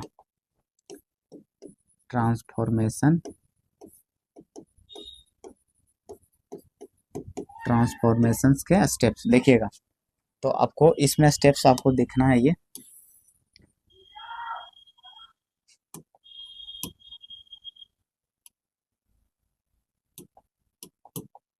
देखिएगा आपको स्टेप्स ये देखना बच्चा इसमें कि पहला स्टेप्स ये देखना, पहला कि हम लोग अप्लाई करना है एक प्रॉपर्टी, पहला स्टेप में यही करेंगे कि अप्लाई ए बराबर है, अगर ए मैट्रिक्स कोई भी मान सकता है, अगर कोई मैट्रिक्स दिया तो उसे ए मान लो, अगर बी आई बराबर बी भी लिख सकते हो, अगर बी डायरेक्ट मान कर दिया तो ठीक है ना, तो अपना मन से ए मान लेना, तो आइए अप्लाई कर लीजिएगा प्रॉपर्टी। तो पहला स्टेप ये हो गया बच्चा कि पहला स्टेप ये हो गया कि आपको अप्लाई करना है, ठीक है, चलो यहाँ तक हो गया। अगला स्टेप, अब अगला टारगेट क्या होगा, अगला टारगेट ये होगा कि ये जो आरएचएस वाला जो आप लिखे हो, ठीक है, इसको आपको करना है बच्चा कि कन्वर्ट करना है ना, जिधर आइडेंटिटी नहीं लगा हुआ है तो convert into identity matrix, identity matrix using using operation, using operation, और वो कौन हो सकता है, रो या कॉलम, दोनों ऑपरेशन हो सकता है, आपको बताएं रो वाइज खेलना है या कॉलम वाइज खेलना है, एक ही खेलना है, ठीक है, समझ में आ रहा है बच्चा, यूजिंग ऑपरेशन। अब देखो मामला आगे चल के क्या होने वाला है, पता है क्या होगा, आगे जाके मामला देखो क्या होता है कि अगर यहाँ पर एरो लगा के आप लिख लीजिएगा, जब अब कन्वर्ट करोगे तो आप तो टारगेट कर लिए थे कि सर इसको आइडेंटिटी में करना, तो एक टाइम पे आके आइडेंटिटी मैट्रिक्स में कन्वर्ट हो जाएगा, ठीक है, अभी कम आ रही बात है, जब एग्जांपल करोगे तो पूरे बात क्लैरिटी आ जाएगा, तो इसको पेशेंस रखना भी, ठीक है। देखिएगा अभी आपको थ्योरी बता रहे हैं, अब देखिएगा यहाँ पे आपको ये कन्वर्ट हो जाएगा आइडेंटिटी मैट्रिक्स में, और अब ये जो आई तो शांत बैठा हुआ रहेगा, और ये जो है ना आई को आई लिख देना, ये है ना, यानी कहानी ऐसा बचता है, क्योंकि ये तो आपको कोई मैट्रिक्स रहेगा तो कहानी तो कोई इस तरह का रहेगा बच्चा, ये आपको शकल इस तरह से दिखेगा, इसको शकल को भी बना लेना है, क्योंकि ये गिवन मैट्रिक्स रहेगा तो आप बैठा लोगे, है ना, गिवन मैट्रिक्स को आप डब्बा बैठा लोगे, आई को यहाँ पर रहने दोगे, अब गुना में आई से गुना करो डब्बा ही आएगा, तो आपको एक्चुअली ऐसा रहेगा। तो जब आप प्रॉपर्टी अप्लाई करोगे ऑपरेशन, तो इस मैट्रिक्स में ऑपरेशन अप्लाई करो, क्योंकि टारगेट तो इसको आइडेंटिटी बनाना, तो ये एलएचएस भी में भी लगाना पड़ेगा, ये साइड भी करना है, इसमें भी काम करना है, तो इसको बनाने के चक्कर में इसी में लिख देते हैं, क्योंकि ये वाला आप ऐसे लगा लीजिएगा एरो, क्योंकि ये वाला तो रहेगा यही तरीके का दिखेगा, है ना। अब देखो इस ये लगाने के बाद तो ए का वैल्यू बैठा लोगे तो इस तरह से दिखेगा, अब इसको कन्वर्ट करना है आइडेंटिटी में, है ना, जो लिखे हैं, है ना, ये वाला, इसको कन्वर्ट करना बच्चा आइडेंटिटी मैट्रिक्स में, राइट है, इसको कन्वर्ट करना आइडेंटिटी मैट्रिक्स में, ठीक है। अब देखिएगा अब इसको करते करते ये आगे चल कर दिखता क्या कि आई बन जाता है, यानी डब्बा बन गया आइडेंटिटी मैट्रिक्स, मतलब प्रिंसिपल डायगोनल 1 1 हो गया और नॉन डायगोनल एलिमेंट 0 हो गया, यानी अदर एलिमेंट क्या हो गया, बाकी रिमेनिंग एलिमेंट क्या हो गया, 0 हो गए। अब यहाँ से आइडेंटिटी मैट्रिक्स बन गया, आइडेंटिटी मैट्रिक्स कैसा रहा होगा बच्चा, आई तो फिक्स होता है, अगर I2 रहा यानी 2/2 ऑर्डर का तो आई आई ऐसा दिखेगा, अगर 3/3 का रहा तो आई ऐसा बन जाएगा, 1 0 0 0 1 0 0 0 1 ऐसा दिखेगा बच्चा, दिखेगा कि नहीं दिखेगा, है ना। तो ये आइडेंटिटी मैट्रिक्स होता है जिसको आपको ध्यान में रखना है कि डायगोनली में 1 बनाने, ठीक है, तो वही होता है आइडेंटिटी मैट्रिक्स, राइट। देखिएगा तो आपको आइडेंटिटी मैट्रिक्स अच्छे से आते हैं कि आइडेंटिटी मैट्रिक्स होता क्या है, तो क्लियर है, I3 लिख देते हैं 1 0 0 0 1 0 0 0 1, ठीक है बच्चा, तो ये आपको क्लियर है। अब देखिएगा तो ये आई बन चुका होगा इस तरह का, है ना, जिस ऑर्डर में देगा उसी उसके अकॉर्डिंग, है ना, ये बन चुका होगा आई। अब ये क्या होता है ना, ये इसके बनाने के चक्कर में ना इसका शकल जाता है बिगड़, इसका जाता है शकल बच्चा बिगड़, ठीक है, इसका जाता है शकल बिगड़। अब देखिएगा, अब होता क्या है, ये कन्वर्ट हो जाएगा किसी और मैट्रिक्स में, एलिमेंट सिर्फ चेंज हो जाएगा, इसका सिर्फ क्या हो जाएगा, एलिमेंट चेंज हो जाएगा। ठीक है बच्चा, एलिमेंट चेंज हो जाता है, मतलब ऐसा हो जाता है। ठीक है,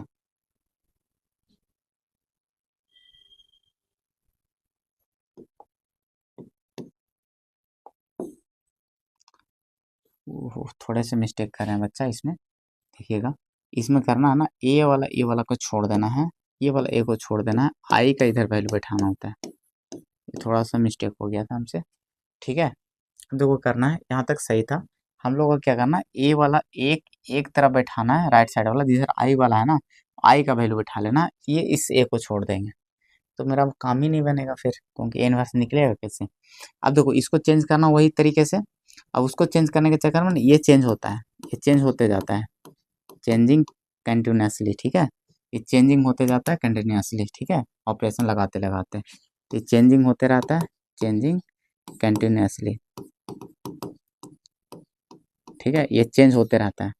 अब चेंज होते होते क्या होता है ना, इसका शकल पूरी तरह से अलग तरीके का आ जाता है, और ये आपको बन चुका होगा आइडेंटिटी मैट्रिक्स चेंज करते करते। अब होता क्या है ना, अब ये कहानी बन चुका है, तो यहाँ से आप देखो इन्वर्स का आंसर यही हो जाता है, पता है क्यों। अब दोनों तरफ से ए इन्वर्स ले लो।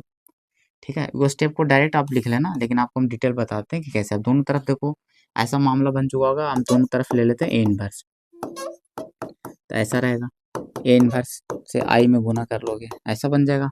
ये तो बना लेगा आई बच्चा, तो एक्स्ट्रा क्या किए हैं, ये वाला अप्लाई किए हैं एक्स्ट्रा वाला, है ना, बाकी ऊपर वाला ही है। तो अगर ए इन्वर्स से गुना होगा ए में, तो आई बना लेगा, आई में कुछ मैट्रिक्स से गुना करोगे तो यही रहेगा आई जी टी, यानी डब्बा रह जाएगा बच्चा। और इधर ए इन्वर्स में आई से गुना करो, फर्क में पड़ेगा नहीं, ए इन्वर्स, तो ये बताओ ए इन्वर्स का आंसर ये आ गया ना। ठीक है, आगे कि नहीं आ गया, ए इन्वर्स का ये डब्बा वाला आंसर आ गया। इसका मतलब जब ऐसा आइडेंटिटी मैट्रिक्स बन जाता तो ही आपका काम कंप्लीट हो जाता है। बस आपको करना क्या है, डायरेक्ट यहाँ से ए इन्वर्स बराबर लिख लेना है। अगर ऐसा बन जाएगा तो आप डायरेक्ट स्टेप चुरा सकते हो कि ए इन्वर्स बराबर आइडेंटिटी मैट्रिक्स हो गया, तो जो डब्बा बचा वही आपका आंसर हो जाएगा। तो उधर जाएगा तो है ना, इन्वर्स में बदल जाएगा। ठीक है, इन्वर्स ये गया, ये तो इन्वर्स में बदल गया, उधर ये बच गया डब्बा आई जी टीज वाला, ये डब्बा आई जी टीज रह जाएगा, आई जी टीज। ठीक है, ये कब होगा, जब आइडेंटिटी मैट्रिक्स बन जाएगा। तो ये स्टेप्स आगे होंगे समझ में आपको। अब आते हैं क्वेश्चन के बारे, क्वेश्चन के बारे देखना बच्चा। अब आते हैं क्वेश्चन के बारे, देखिएगा, बस 2 क्वेश्चन कराएंगे काम हो जाएगा आपका। देखना, एक 2x2 एक 3x3। चलो एक मैट्रिक्स ले लेते हैं बच्चा, ए 1 2 3 4। चलो इसी का हम निकाल के बताते हैं आपको। इनवर्स निकालना है, मान लो ए इनवर्स, राइट है बच्चा, क्लियर है। क्लियर है, थोड़ा और डिफिकल्ट ले लेते हैं, नहीं तो बोलोगे सर आप तो वन ऑलरेडी बनाया ले लियो। ठीक है, चलो 5 4 3 2 ये ले लेते हैं। ठीक है, देखो, ठीक है, अब ले लिए ऐसा। अब आपको एलिमेंट्री ऑपरेशन यूज करके बनाना है। अब हम करने वाले हैं सोल्यूशन। तो हम आपको पहले बताएं कि हम लोग लिखेंगे बी नो दैट, है ना, या जो ऑपरेशन जानते हैं कि ए आई बराबर है, ए माना हुआ तो ये प्रॉपर्टी यूज करना है हम लोग को, क्योंकि हम ये हमेशा यूज कर सकते हैं किसी भी स्क्वायर मैट्रिक्स के लिए। अब आपको करना क्या है कि एक आई तरफ वाला में एक आई का वैल्यू बैठाना है, आई का 2/2 में, तो आई का वैल्यू 2/2 में ही बैठाना है। ठीक है, ये स्टेप्स है, प्रोसीजर अप्लाई करना है। और एक इधर वाला मैट्रिक्स में तो बैठा लेना जो गिवन मैट्रिक्स है, ये वाला 5 4 3 2, ऐसे काम करने हैं आपको। क्लियर है। अब टारगेट आपको बोले कि इसको वाला जो आप बैठाए वैल्यू, ये मैट्रिक्स वाला ए वाला, इसको आइडेंटिटी मैट्रिक्स में कन्वर्ट करने का टारगेट रहता है आपको, है ना, convert into identity matrix, identity matrix using operation, using operations. ठीक है, तो रो ऑपरेशन यूज कर लीजिए या कॉलम ऑपरेशन यूज कर लीजिए। ठीक है, अब देखिएगा, यहाँ तक मामला क्लियर है, कोई दिक्कत नहीं है। अब देखिएगा इसमें क्या करना है, आपको आइडेंटिटी बनाना है, तो उसमें भी एक तरीका है। अगर आइडेंटिटी मैट्रिक्स बनाना ना बच्चा, अगर कोई मैट्रिक्स है, अगर आइडेंटिटी बनाना है, 2/2 का है, अगर 2/2 का कुछ एलिमेंट है पड़ा हुआ, है ना, अगर एक और 3/3 का है, तो इस ध्यान दीजिएगा जो हम बता रहे हैं। ठीक है, कोई मैट्रिक्स से मान लो एलिमेंट पड़ा हुआ अंदर है, ठीक है, 9 एलिमेंट रहे होंगे। दो ही तरह का जनरली आपके एग्जाम में पूछे जाएंगे, 2x2 और 3x3 का ही आएगा आपके एग्जाम में। तो आपको पहले आइडेंटिटी बनाने का टारगेट देखिए, मेरा स्टेप फॉलो करना है आपको। सबसे पहले इस एलिमेंट को बनाना है, इस एलिमेंट को कन्वर्ट किस में करना, आइडेंटिटी बनाना तो पक्का ऊपर 1 बना होगा और नीचे कितना बनाना पड़ेगा बच्चा, आइडेंटिटी मैट्रिक्स बनाना है अगर ये डब्बा को, तो इसका मतलब ऊपर 1 रहा होगा नीचे 0 रहा होगा, ऐसा ना कहानी बनेगा। बिल्कुल सर ऐसा ही बनेगा, ये स्टेप को फॉलो करना है, इसको लिख लेना है। अब बताना ये वाला को कैसे बनाओगे, इसको कैसे बनाओगे, इसको कैसे बनाओगे बच्चा, ये नीचे 1 रहा होगा ऊपर 0 रहा होगा। तो लाइन बाय लाइन आपको चलने हैं कि पहले ये लाइन कंप्लीट करना है फिर दूसरे लाइन में चलना है, तो आपको कहीं भी आसान मतलब कहीं भी दिक्कत नहीं आएगा। इसको आइडेंटिटी बनाना तो पहले एक लाइन को कंप्लीट करो, पहला लाइन को, ठीक है, यानी 1 0 0, फिर सेकंड लाइन को कंप्लीट करना है, ठीक है, सेकंड लाइन को आपको कंप्लीट करना है, ठीक है। सेकंड लाइन आपको कैसा रहेगा, 0 1 0, क्योंकि डायगोनल में 1 रहता है बाकी एलिमेंट 0, ये कैसा लाइन दिखेगा बच्चा, 0 0 1। तो ये टारगेट हो गया आपको जो कंप्लीट करना है, को मेंशन कर लेना है, ठीक है। तो टारगेट है कि पहला पहला कॉलम कंप्लीट करना है, कॉलम वाइज आपको देखना है, ठीक है। अब ऑपरेशन तो रो वाइज चलो या कॉलम वाइज कोई दिक्कत नहीं, लेकिन टारगेट यही होना चाहिए, चाहे रो वाइज या कॉलम ऑपरेशन जैसे भी यूज करिए, लेकिन टारगेट होना चाहिए कि पहले कॉलम को कंप्लीट करें, ठीक है। तो चलो हम रो को ऑपरेशन यूज करते हैं, यूजिंग रो ऑपरेशन, हम लोग रो ऑपरेशन, रो एलिमेंट्री ऑपरेशन, एलिमेंट्री ऑपरेशंस, ठीक है, सोल्व करने वाले हैं, ठीक है। तो वो ऑपरेशन कौन सा यूज करने वाले हैं, है ना। देखो अब हमें टारगेट है कि सर इसको आप बोले कि पहले कॉलम को टारगेट करना है कि सर पहले, और उसमें भी सबसे पहले 1 बनाना है, उसमें भी सबसे पहले क्या बनाना है बच्चा आपको, 1 बनाना है, ये बात को भी ध्यान रखिएगा। सबसे पहले एक कॉलम में टारगेट किया ना, उसमें सबसे पहले 1 बनाना है, और सेकंड मारना तो उसमें सबसे पहले 1 बनाना है, यहाँ पे ये भी मार्क कर लीजिएगा, यहाँ सबसे पहले 1 बनाना है, ऊपर वाला यहाँ इस जगह पे, ठीक है, और इसमें 1 कहाँ पर, बीच वाला करना है, ठीक है, फिर थर्ड में जाना तो यहाँ पर बनाना है, तो ये ध्यान रखिएगा, मार्क कर लीजिएगा। सबसे पहले आपको 1 बनाना, 1 बनाते ही 0 बनाना आसान हो जाता है, तो स्टेप से ये है, क्लियर है। अब देखिएगा इसमें करना क्या है कि अब सर हमें 5 की जगह 1 चाहिए, है ना। इस डब्बा को कैसा कन्वर्ट करना है, आइडेंटिटी मैट्रिक्स जैसा, आइडेंटिटी मतलब ऐसा है 2x2 का, तो ऐसा ना दिखेगा आइडेंटिटी, 2x2 का आइडेंटिटी मैट्रिक्स, यानी ऐसा शक्ल देना है इसको शक्ल ऐसा देना है। तो 5 की जगह क्योंकि आपको बोले कि कॉलम वाइज आपको लेकर चलना है, कॉलम वाइज आपको देखना है, तो कॉलम पे फोकस करोगे तो सर यानी 5 की जगह पे हमें 1 बनाना है, 5 की जगह पे कितना बनाना बच्चा, 1। तो सर कैसे बनेगा 1, तो 3 तरह के काम तरीके बताएं, वो आप अप्लाई करके देखो। कोई स्विच करने का कोई, क्योंकि रो ऑपरेशन अगर लिखे हो, क्योंकि एक ही तरीका अपना है तो रो से ही खेलना है, ऊपर नीचे ही खेलना है। ये 3 टू को ऊपर कर सकते हो, 5 4 को नीचे कर सकते हो, सर ऐसा कर सकते हैं। एक तरीका और क्या है सर, किसी संख्या से गुना करा सकते हैं, तो गुना करने के लिए फिर 1 नहीं होगा, भाग देंगे तो 5 से हो सकता है, और ऐसा बना सकते हो, यहाँ आ जाएगा बट्टा का लफड़ा, 5 से भाग दोगे तो 1 तो बन जाएगा, कोई दिक्कत नहीं, आंसर अभी वैसे भी ला सकते हैं हम, दिक्कत नहीं, वैसे भी आंसर हम ला सकते हैं। तो 5 से भाग दे देंगे ये पहला रो में, तो हो जाएगा, 5 से 1 बना लेगा तो 1 बन जाएगा, आ जाएगा तो हो जाएगा, लेकिन 4/5 हो जाएगा। तो और कोई दूसरा तरीका है सर कि बिना बट्टा का काम हो जाए, ठीक है। देखो कई सारे तरीके आंसर सेम आएगा, वैसे भी बट्टा में भी लाके में आंसर कर सकते हैं, लेकिन आसान तरीका तो वो क्या है कि क्या कर सकते हो आप, पता है क्या कर सकते हो आप, कि सर इसमें पहले ना स्विच कर लेते हैं ऐसे, है ना, इसको 2 से गुना करके घटा लेंगे, देखो स्विच कर लेते हैं, है ना। उसका पहला काम करते हैं कि स्विच कर लेते हैं, हम मेरा टारगेट ये है बच्चा कि इसमें 2 से 3 में क्या करते हैं, 2 से गुना कर लेते हैं, ठीक है ना। क्या करते हैं 2 से गुना कर लेंगे तो 6 बन जाएगा, और इसको लाके इसमें घटा देंगे तो 6 में 5 घटेगा तो 1 बच जाएगा। तो अच्छा यहाँ पर ना बनेगा 6, तो इसमें लाके इसमें ना घटाएंगे तो ना 1 बचेगा, इसको घटाएंगे तो -1 बचेगा, फिर माइनस गुना कर लोगे तो भी आ सकता है, वो भी तरीका है। तो माइनस का क्यों लफड़ा लेना, स्विच ही कर लेते हैं डायरेक्ट। देखो तो हम पहले क्या करते हैं बच्चा, स्विच कर लेते हैं, हमको पता है कि चलो स्विच कर लेते हैं, तो ये लाइन उसमें ऊपर का दोनों तरफ काम करना पड़ता है, क्या करोगे दोनों तरफ करना पड़ेगा, इधर भी जो काम सोचे हो ना तो इधर भी करना पड़ेगा। मेरा टारगेट क्या है कि 3 2 को ऊपर कर दें और 5 4 को नीचे कर दें, तो इधर ये सेम मैटर इधर क्यों ना सोचे इसके लिए, लेकिन काम इसके लिए भी होगा। ठीक है, हम बोले थे कि जब इसमें ऑपरेशन यूज करो उसके चक्कर में ये चेंज होते जाता है। तो ये नीचे वाला ऊपर चले गया, ऊपर वाला नीचे आ गया। ठीक है, को हम सोचे इसके लिए थे, लेकिन काम इधर भी करना, जो काम इधर करो तो इसमें भी करना मैट्रिक्स में। ठीक है, तो अब इसमें बताओ 3 2 ऊपर चल गया और 5 4 नीचे आ गया। क्लियर है। अब देखो, अब आपको टारगेट क्या था कि 3 में से 2 से गुना करेंगे, रो वाइज खेलना है ना। हम एक क्या केस में रो वाइज खेले, हम रो ऑपरेशन यूज करें। आपको मर्जी होता तो कॉलम ऑपरेशन भी यूज कर सकते थे, हमने लिख बताना पड़ेगा क्या किए हो। तो सर R1 को हमने कर लिया सर R2 में, और R2 को कर लिया R1 में। ये ऐसे ना लिखना सिखाए थे आपको, कर लिए। अगला स्टेप क्या कर रहा है कि सर इसमें हम गुना कराना चाह रहे हैं, पहला लाइन में जो R1 है उसमें 2 से गुना कराना चाह रहे हैं बस। तो R2 R1 चेंज कर जाएगा, तो R1 चेंज कर जाएगा, तो ऐसे ना दिखाते थे R1 चेंज कर रहे हैं, है ना। वो आप बाद में भी साइड में भी लिख सकते हो, देखिएगा तो वही काम कर लीजिएगा। तो 2 से गुना करिए तो इधर भी करना पड़ेगा, इसमें भी सेम लाइन में, है ना। सोचते इसके लिए, लेकिन करना इसमें भी पड़ता है। तो देखिए 2 से गुना करा लीजिए, 0 रहेगा, ये 2 हो जाएगा, ये एज इट इज रहेगा।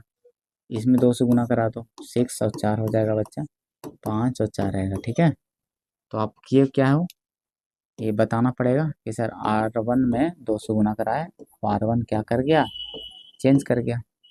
ठीक है, अगला स्टेप, अब आपको बस घटा देना है ना, रो वाइज देखना है ना। तो इसको क्या करेंगे, इसमें घटा देंगे।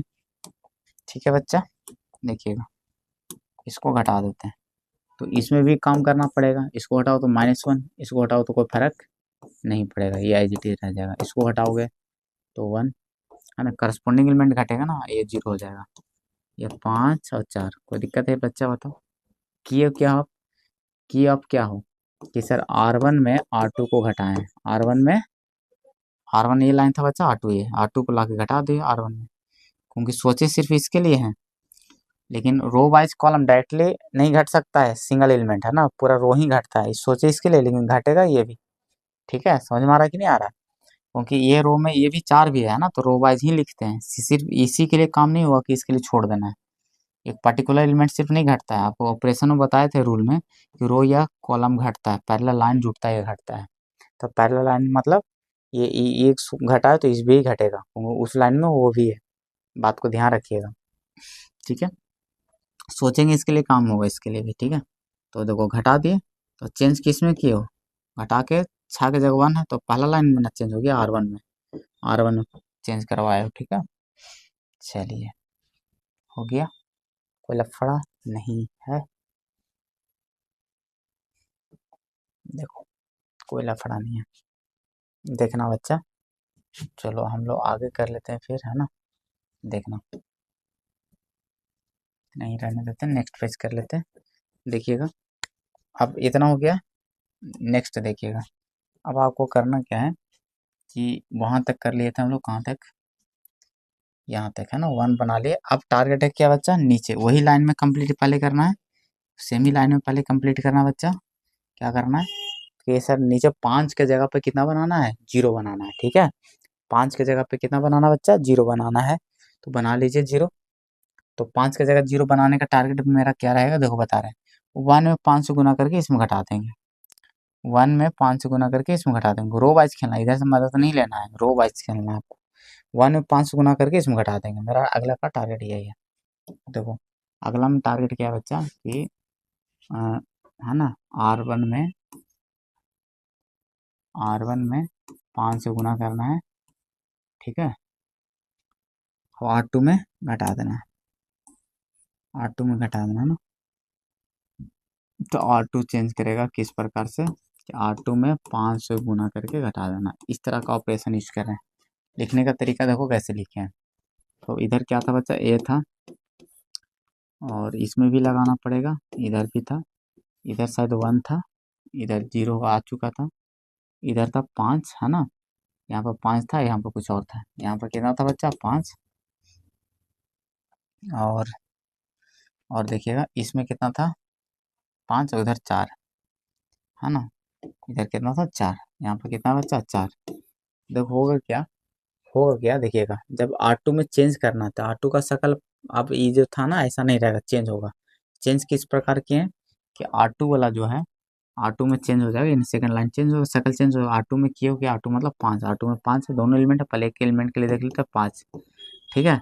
और R1 है, उसका करस्पॉन्डिंग देखना है, करस्पॉन्डिंग का ही मामला सेट होता है। तो देखना, अब 5 है लिखे हो, और R1 में कितना 1 है, तो हल करके कितना आ जाएगा 0, तो यहाँ पर 0 आ गया, ठीक है। अब इसके लिए देखना, R2 में तो 4 भी एलिमेंट है, R2 में लाइन है ना 4, ठीक है। इसके जगह पे 4 रख दीजिए, -5 इंटू R1 में इसका करस्पॉन्डिंग 0 है, तो ओवरऑल 4 ही रह जाएगा, कोई चेंज नहीं आएगा, ठीक है। तो ये 4 के 4 रह जाएगा, अब उसको बैठा देते हैं, 4 का यहाँ पर 4 आ जाएगा, ये आपको 0 आ गया, ठीक है। तो एक लाइन का कंप्लीट हो गया आइडेंटिटी के लिए, लेकिन इसके लिए इधर भी तो करना है, यहाँ पर इसके लिए भी चेंजेस आएगा, ठीक है। इसमें भी करना है आपको काम, देखिएगा -1 2 -1 2 है बच्चा, -1 2 और 1 यहाँ पर है, और यहाँ पर क्या बच्चा 0 पहले से, लेकिन आप ऑपरेशन अप्लाई करोगे तो चेंज होगा। चेंज किस प्रकार से होगा, इस लाइन के लिए देखो, R2 में पहले 1 के लिए देख लेते हैं, 5 इंटू इसका करस्पॉन्डिंग ऊपर कितना बचा -1, R1 में, तो देखो +6 ना बन गया, कितना बन गया यहाँ पे 6 बन गया, हल करो 6 बन जाएगा। अब देखो R2 में 0 भी, अब 0 हल करते हैं, R2 में 0 रखें, और उसका करस्पॉन्डिंग ऊपर 2 है ना, ऊपर क्या बचा 2, कितना बन गया बताओ, -10 बन गया, कितना बन गया -10 बन गया, ये आ गया। चलो अब एक लाइन तो सर क्लियर हो चुका है, अब सेकंड लाइन पर चलते हैं। हम रूल के हिसाब से बताए कि आइडेंटिटी मैट्रिक्स जब कन्वर्ट करिएगा, तो जब पहले लाइन बनाइएगा, फिर सेकंड लाइन में आइएगा, और सेकंड लाइन में भी सबसे पहले 1 बनाने का टारगेट कीजिए, क्योंकि जब 1 बन जाता है तो 1 में किसी भी संख्या से गुना करके 0 बनाना आसान हो जाता है, जितना रहता है संख्या उतना से गुना करा लेते हैं,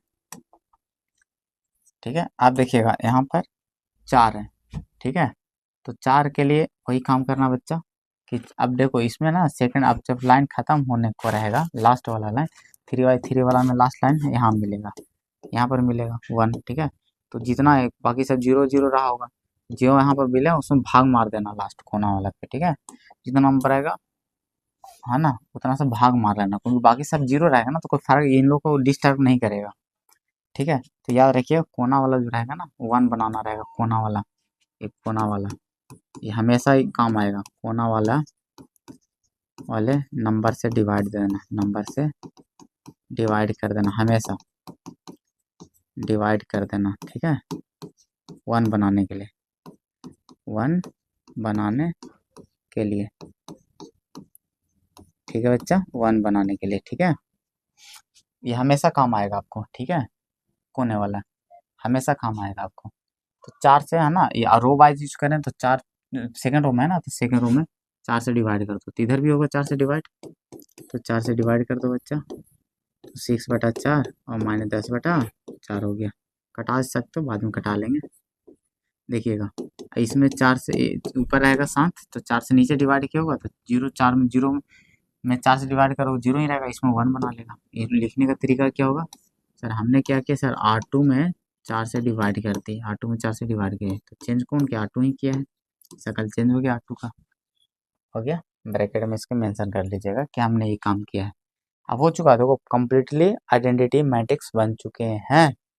अब आपको आइडेंटिटी बन गया तो इसको आई लिख देंगे, बाकी ये IJT लिख देते हैं, -1 2, ये माने तो कटा लीजिए, 3/2 लिख लीजिए, ये -5/2 लिख लीजिए कट के। अब आपको बताए थे जैसे ही आइडेंटिटी मैट्रिक्स बन जाएगा, तो ए के बगल वाला ही इसका इन्वर्स का वैल्यू आ जाएगा, रीजन बताए थे दोनों तरफ इन्वर्स लेकर ये आ जाता है निकल के, तो हम डायरेक्ट यहाँ पर लिख सकते हैं, ये जाएगा है ना, इन्वर्स में आ जाता है, तो ये इन्वर्स का वैल्यू आ जाता है 3/2 और -5/2, ये मेरा फाइनल आंसर हो गया। आपको अब सर मेरा आंसर कैसे कंफर्म करेंगे कि मेरा सही है, तो पहले स्टेप्स आपको सही सही लगाने हैं, ठीक है, कहीं मिस्टेक करोगे आंसर आपको गलत हो जाएगा।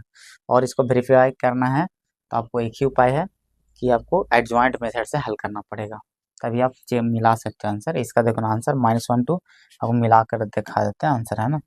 आपको क्वेश्चन ये था, एडजॉइंट मेथड से आपको निकाल कर बताते हैं, आंसर सेम ही आएगा, देखिएगा। एडजॉइंट मेथड में क्या होता है फार्मूला बच्चा, एडजॉइंट बटा डिटर्मिनेंट, अच्छा बताना इसका डिटर्मिनेंट का वैल्यू कितना आएगा, है ना, एग्जिस्ट करना चाहिए आपको, एग्जिस्टेंस पहले चेक कर लेना है। 10 - 12, तो पहले से हमको पता था सर -2 नॉट इक्वल, एग्जिस्ट तो कर ही रहा था, तभी तो बोलेगा आपको क्वेश्चन निकालने के लिए, ठीक है। तो -2 आ गया, अब एडजॉइंट निकालने का तरीका क्या, शॉर्टकट 2/2 के लिए बताओ। 2/2 के लिए क्या था बच्चा, एडजॉइंट ये इंटरचेंज करते थे ना ऐसे, 2 ऊपर जाएगा 5 नीचे, और ये दोनों माइनस लग जाता था, ठीक है, माइनस लग जाता था, है ना। तो अब आंसर कैसे करना है, तो अब एडजॉइंट में डिटरमिनेंट से डिवाइड कर देंगे, तो पूरे एलिमेंट में जब 2 से डिवाइड कर दोगे तो ए इनवर्स का वैल्यू कितना बनेगा बताओ, है ना, ए इनवर्स ना निकल जाएगा एडजॉइंट बटा डिटरमिनेंट। पूरे एलिमेंट में 2 से -2 से डिवाइड करोगे तो -1, -2 तो +2 बना लेगा, और ये -2 से डिवाइड करोगे तो कट जाएगा, तो 3/2 आ जाएगा माइनस माइनस, और ये -5/2 हो जाएगा। अब देख लेना आंसर यही है ना, हमने ये निकाला एडजॉइंट मेथड से। अब देखो यही आंसर है, -3/2 -5/2 है लास्ट में, अब यही आंसर आया है, -5/2 3/2 -1 और 2 ऊपर है। तो देखो आंसर सेम आ गया कि नहीं आ गया, लेकिन फर्क है सर इतना, एडजॉइंट तो ईजी है, फिर बिल्कुल ईजी है, ये भी आसान है, बट एक सीखना जरूरी है, इससे सीखने से कई तरह के फायदे हैं, आपको बस करते जाना है, माथा ज़्यादा नहीं लगाने की जरूरत है। आपको टारगेट है सर पहला लाइन बनाना है उसमें भी 1 बनाना है, फिर सेकंड में लाना है उसमें भी 1 बनाना है। अब 3/3 का क्वेश्चन है ना, थोड़ा हिंट कर देते हैं, अब उसमें ज़्यादा की जरूरत नहीं, काम वही करने रहेंगे, ठीक है। देखिएगा 3/3 में एक लाइन हम आपको करके बता देंगे, उसी तरह से आप बना लीजिएगा। कोना वाला भी तरीका बताएंगे, जब कोना में आइएगा डायरेक्ट भाग मार दीजिएगा उससे, मान ली कुछ भी एलिमेंट ले लो, -3 2 1 4 3 2 4 0 5, जो भी कर लो, कुछ भी ले लो एलिमेंट, अब इसको इन्वर्स निकालना है, ठीक है बच्चा, इन्वर्स निकालना है। तो टारगेट क्या है कि सर आपको टारगेट क्या रहेगा बच्चा, है ना, कि सर यहाँ पर पहले ऊपर वाले कोना में 1 बनाना है, तो 1 बनाने के लिए सहायता रो एलिमेंट्री ऑपरेशन लगा रहे हो रो वाला, तो ये है ना, ये यहाँ पर 1 बनाना, तो ये इसके सामने वाला का ही मदद ले सकते हो, 2 का मदद ले सकते हो, 1 का मदद ले सकते हो, तो करस्पॉन्डिंग एलिमेंट ही इसका सहायता कर सकता है। और रो वाइज खेलना है ना, कॉलम वाइज खेलना रहता तो ऐसे कर सकते थे, उसी भी बना सकते हो, कोई दिक्कत वाली बात नहीं। चलो एक ही तरीके बनाना, तब चलो रो वाइज ही यूज करते हैं। अब देखिएगा आपको -3 को अगर हमें 1 बनाना है, तो हम क्या क्या कर सकते हैं, इसमें 2 से गुना करके 4 बना लेते हैं, ठीक है बच्चा, 4 उसमें जोड़ देंगे, 4 क्या कर देंगे उसमें जोड़ देंगे, तो 1 बना लेंगे। और तो फिर ऐसे कर सकते हैं कि सर 4 से इसमें गुना करके उसमें जोड़ दें, तो भी आ सकता है, तो है ना, तो इसी 2 ही से खेल लो, ठीक है, ज़्यादा छोटा डिजिट में काम हो जाएगा। तो पहले टारगेट है कि पहले लिखना क्या होता है बच्चा, AI बराबर, ठीक है, ये आई को छोड़ देना होता है, ए वाला ए को छोड़ देते हैं, अब आई का वैल्यू पुट कर देते हैं, ए वाला ए को छोड़ देते हैं, अब आई का वैल्यू पुट करते हैं, ये तरीका होता है 3/3 में। तो 3/3 में खेलेंगे हम लोग, ठीक है, तो ए को छोड़ेंगे और ये आइडेंटिटी मैट्रिक्स 3/3 में पुट करेंगे, हो गया बच्चा। और ये मैट्रिक्स ए का जो गिवन वैल्यू उसको रख देंगे -3 4 4 2 3 0 1 2 5, अप्लाई करते हैं प्रॉपर्टी बच्चा, आपको समझ में आ गया। इसमें सर 300 है ना, 2 से गुना करके इसमें जोड़ने वाले हैं, 2 से किस में गुना करने वाले हैं इसमें, है ना। ये कौन सा लाइन है बच्चा, R2 और R1 में गेम खेलना हम लोग को, है ना, R1 R2 से ही खेलना है, ठीक है, क्योंकि इसके लिए टारगेट किए, लेकिन काम पूरे के लिए होगा। आप पहले टारगेट क्या किया हो सर, इसको 4 बनाना है, मतलब 2 से गुना करना है, देखो लिखना सिखा देते हैं कैसे लिखते हैं। तो आप टारगेट ये कहोगे सर 2R हो जाएगा, मतलब इसमें 2 से गुना करो तो इसको लिखोगे 2R, हो गया 2R, और 2 से गुना कर ली, फिर इसको 4 जोड़ना, किस में जोड़ना था, R1 में, उसको ला के जोड़ोगे R1 में, इधर प्लस लिखूँ मैं या इधर प्लस लिखे, बात देखिए, हो गया। अच्छा जब ऐसा काम करोगे तो चेंज किस में होगा, क्योंकि इसको जोड़े हो उसमें ला के -3 में जोड़े हो ना, तो -3 किस में बैठा हुआ, R1 में बैठा हुआ है ना, तो R1 का शकल क्या होगा, चेंज, तो R1 एरो दिखाता है कि R1 चेंज कर रहा है, ये लिखने का तरीका हो गया, ये लिखने का क्या हो गया तरीका। अब ये है ना, तो ये अप्लाई करके दिखा दीजिए दोनों तरफ, ये काम इधर भी करना है, ठीक है, ये काम इधर भी करना है सर, ये लाइन में हम लोग करने वाले हैं 2 से गुना और उसमें जोड़ने वाला है, तो 2 जीरो में 2 से गुना करके उसमें जोड़ोगे तो कोई फर्क नहीं पड़ेगा, ठीक है। अगर जिनको डायरेक्ट डायरेक्ट नहीं जोड़ना आ रहा तो एक है कि वैल्यू निकाल के जोड़ सकते हो। चलो हम इसके लिए देख रहे हैं बच्चा, तो R2 में R1 कौन है 1 है ना, और 2 इंटू और उसके करस्पॉन्डिंग R2 में कौन है 0, तो 1 ही रहा, कोई फर्क पड़ेगा नहीं। अब डायरेक्ट हम कर देते हैं, देखो मेंटली आप कर लेना, ठीक है, हो जाएगा, देखिएगा।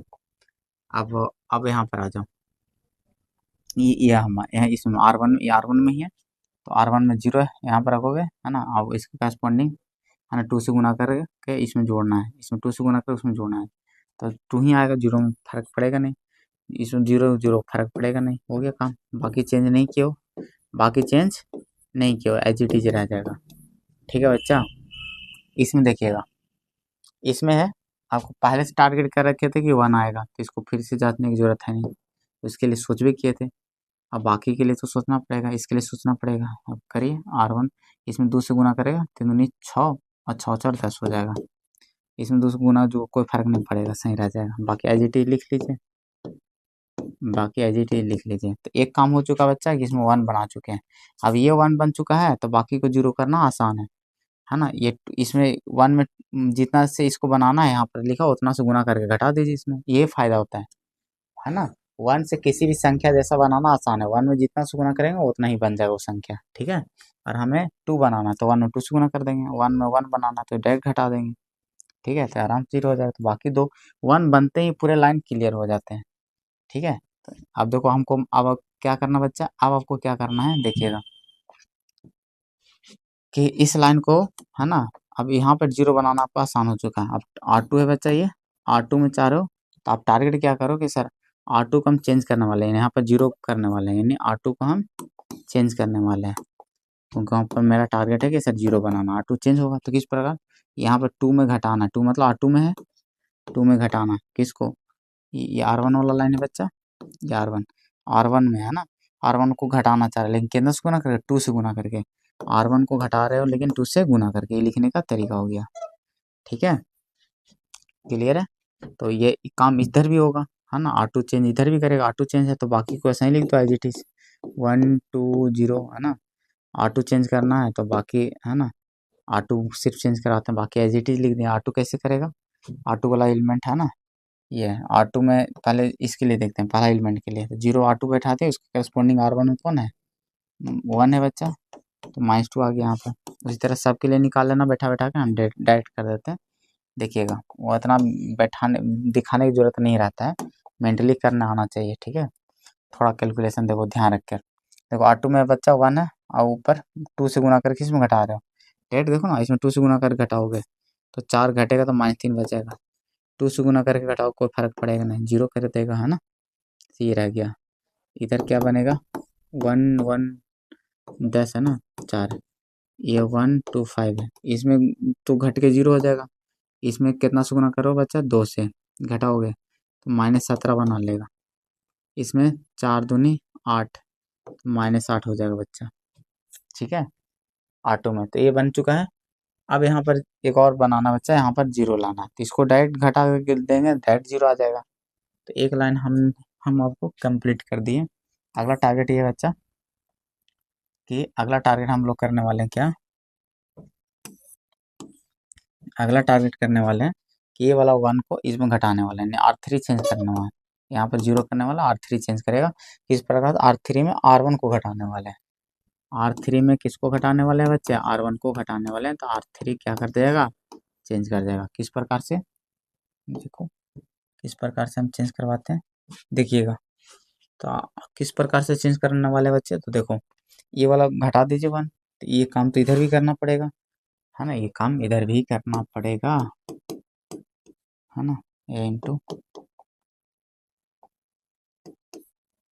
ये काम इधर भी करना पड़ेगा। तो देखिएगा ये 1 है ना, ये बाकी तो चेंज नहीं करेगा, बाकी चेंज नहीं करेगा, -3 0। अब यहाँ पर देखो R3 चेंज करने वाले हैं, तो R3 चेंज करने वाला बच्चा R3 में घटाने वाले हो, तो -1 आ जाएगा, बताओ इसको घटा दोगे -2 आ जाएगा और ये 0 आ जाएगा, ठीक है, ये 0 आ जाएगा। अब देखिएगा यहाँ भी करना पड़ेगा बच्चा काम, बाकी एज इट इज लिख लीजिए 1 10 4 0 -17 -8 है ना, और यहाँ पर घटाओगे तो आपको 0 बन जाएगा, उसको घटाओगे लाकर है ना तो -8 बन जाएगा, उसको लाकर घटाओगे तो 1 बना लेगा, देखो है ना, ये हो गया। आप लगा दिए ऑपरेशन, तो देखो एक लाइन कंप्लीट हो चुका है, आइडेंटिटी मैट्रिक्स स्कोर बढ़ते हुए है ना, एक लाइन आपका कंप्लीट हो चुका है। आप प्रोसीड किस में करना बच्चा, ये एक लाइन है ना, ये ऑपरेशन लगा लेंगे वाला, ठीक है। अब आपके लिए छोड़ रहे हैं बाकी 2 लाइन, ठीक है। अब घर पे कर लेना, और उसमें भी हिंट कर देते हैं, देखिएगा। अगला लाइन में इंटर करते हैं, सबसे पहले किसको टारगेट करेंगे, 1 कहाँ पर बनाना है, बीच में ना, है ना। शकल आपको, क्योंकि आपको शकल ऐसा देना है, इसको आइडेंटिटी में जैसा शकल देना होता है ना, ऐसा, है ना। तो ये देखो, पहले 1 है ना, पहला लाइन को टारगेट करना होता है, तो ये तो कंप्लीट हो गया। अब सेकंड को, उसमें 1 को टारगेट करते हैं, यहाँ पर 1 रहता है, ठीक है, सब 1 को। थर्ड में तो लाइन को बहुत ईजी हो जाता है, सेकंड बना ले तो 3/3 में ना, तो फिर काम ही खत्म हो जाता है। तीसरा लाइन अब तुरंत हो जाता है, क्यों, क्योंकि कोना वाला बात बताया था ना, क्योंकि 0 0 ऑलरेडी बन चुका है, तो यहाँ पर जो भी नंबर आएगा उसमें डिवाइड कर देना है लाइन में। इसको तो कुछ 0 में डिवाइड करो, फर्क डालेगा नहीं, तो ये आराम से बन जाता है फिर, ठीक है बच्चा। तो ये तीसरा लाइन बनाना ईजी है, जब 1 बन जाएगा तो बाकी 0 लाना आसान है। तो इसमें भी देखो, आपको 1 हम प्रॉपर्टी बताते कि 1 कैसे बनाओगे, यहाँ पर 1 कैसे बनाओगे उसको आपके लिए हम बता देते हैं, देखिएगा। अब आपको -17 की जगह वो 1 बनाना है, तो हम पता क्या करेंगे, देखो हम क्या करने वाले हैं। ये 8 है ना बच्चा, ये 8 है, 8 है, इसमें है ना, ये 8 जो देख रहे हो, इसमें हम करने वाले 2 से गुना। कितना से गुना बच्चा, 2 से गुना, यानी 8 में 2 से गुना हो जाएगा। 2 से गुना करोगे तो कितना बचेगा बच्चा, बताओ बताओ कितना बनेगा। ये लाइन में अगर 2 से गुना कर दोगे तो कितना बनेगा, -16 बन जाएगा सर। अब -16 को उसमें हम घटा देंगे, किस में कर देंगे, घटा देंगे, क्योंकि हमें R2 में बनाना, तो इसको लिखेंगे ऑपरेशन जो अप्लाई करने वाला, कैसे R2 में सर हमें चेंज कराना, R2 में नहीं -17 है सर, R2 में कैसे चेंज होगा, R2 में लाके घटाना है, किसको, R3 वाले को, R3 वाला को घटाना है सर। लेकिन R3 में कितना से गुना करके, 2 से गुना करके, तो है ना, 2 से गुना करके घटा दोगे तो माइनस माइनस प्लस न हो जाएगा, तो इस 8 दूनी 16 बन जाएगा, है ना। लेकिन 16 बनेगा ना, तो फिर भी -1 रह जाएगा, क्या रह जाएगा बच्चा, -1 रह जाएगा। तो कोई बात नहीं, -1 बन गया तो स्विचिंग प्रॉपर्टी लगा देना नीचे ले वाला से, तो आ जाएगा, है ना। तो पहले ही स्विच कर लो, लेकिन एक बात रखना बच्चा ध्यान से, जब स्विचिंग करना ना, तो जो आपको बना हुआ काम है बिगड़े नहीं, ये इसके ऊपर से स्विच नहीं कर सकते, को 1 नीचे आ जाएगा, 0 पर चल जाएगा। तो अगर -1 है तो फिर माइनस से गुना करा देना, ठीक है। अगर यहाँ से -1 बन जाएगा, क्लियर है, नहीं तो पहले ही स्विच कर लीजिए, तो -8 ऊपर चल जाएगा, जो हम पहले क्वेश्चन में किए थे, है ना। कोई दिक्कत वाली बात है क्या, कोई दिक्कत वाली बात है क्या, तो आप स्विच कर लेना, उसके बाद ये प्रॉपर्टी लगा लेना, ठीक है, आराम से आ जाएगा, आपको लफड़ा ही नहीं होगा, बात खत्म, ठीक है, ठीक है। तो या -1 मिल रहा है तो फिर -1 से गुना करा देना, ठीक है, तो वो पूरे लाइन चेंज हो जाएंगे, तो आप कर लेना ऐसा। तो अगला स्टेप के लिए देखो, हम स्टेप लिख देते हैं, ये ऑपरेशन अप्लाई कर लेना, सिंपल सी बात है। हम ये 2 काम कर देते हैं इसमें, देखिएगा। पहला एक तरीका, अगर ये लगा लीजिएगा तो पता है क्या बन जाएगा, यहाँ पर आपको ये R2 है, R2 में है बच्चा -17, R2 इंटू R3 में कितना बच्चा, -8, तो देखो कितना बनने वाला है, -17 और +16, तो -1 बन जाएगा। आपका टारगेट था 1 का, -1 बना, तो कोई चीज़ दिक्कत नहीं है। फिर क्या करना है, इसमें फिर से वही वाला अप्लाई करेंगे R2 में, क्योंकि इसको प्लस बनाना है ना, तो फिर R2 में ही ऑपरेशन यूज कर लेंगे। सर R2 में क्या करेंगे, R2 में माइनस से गुना कर देंगे तो प्लस बना लेगा, तो ये ऐसे कर लेना है। सिर्फ माइनस से गुना कर देंगे तो 0 में फर्क नहीं पड़ेगा, -1 बनना हुआ रहेगा तो +1 बनना, कुछ और रहा होगा तो प्लस बना लेगा, ठीक है। तो अगला स्टेप ये कर लेना है, ठीक है। तो आपको बन चुका होगा ये +1, फिर 1 बन जाएगा, तो जितना ये रहेगा है ना ऊपर वाला, उतना गुना करके उसमें घटा लेना, नीचे जितना रहा होगा जोड़ या घटाओ जो भी कर के आप 0 बना लेना। अभी जब 0 बन चुका होगा तो ये कोना वाला में जितना बना होगा जोड़ने, 1 तो चेंज होते रहेगा ना, ऑपरेशन लगाने पर 1 तो चेंज हो जाएगा, तो जितना भी रहेगा तो 0 हो चुका होगा, तो ये जो नंबर जितना रहेगा उतना में क्या करना, R3 में डिवाइड कर देना, तो ये 1 बना लेगा। 1 बनते ही जितना ऊपर रहेगा आराम, 1 बनते ही 0 बनाना आसान है, बस खत्म हो जाएगा कहानी, तो हमें इसमें कोई दिक्कत नहीं है। तो अगला स्टेप ये यूज कर लेना, या अगला स्टेप यूज कर लीजिएगा, और बाकी आसान हो जाएगा, ठीक है। तो 1 बन गया, 1 बनते ही 0 लाना ईजी है, तो दोनों तो आपको यहाँ 1 बता ही दिए कि कैसा आएगा, ये स्टेप लगा लीजिए।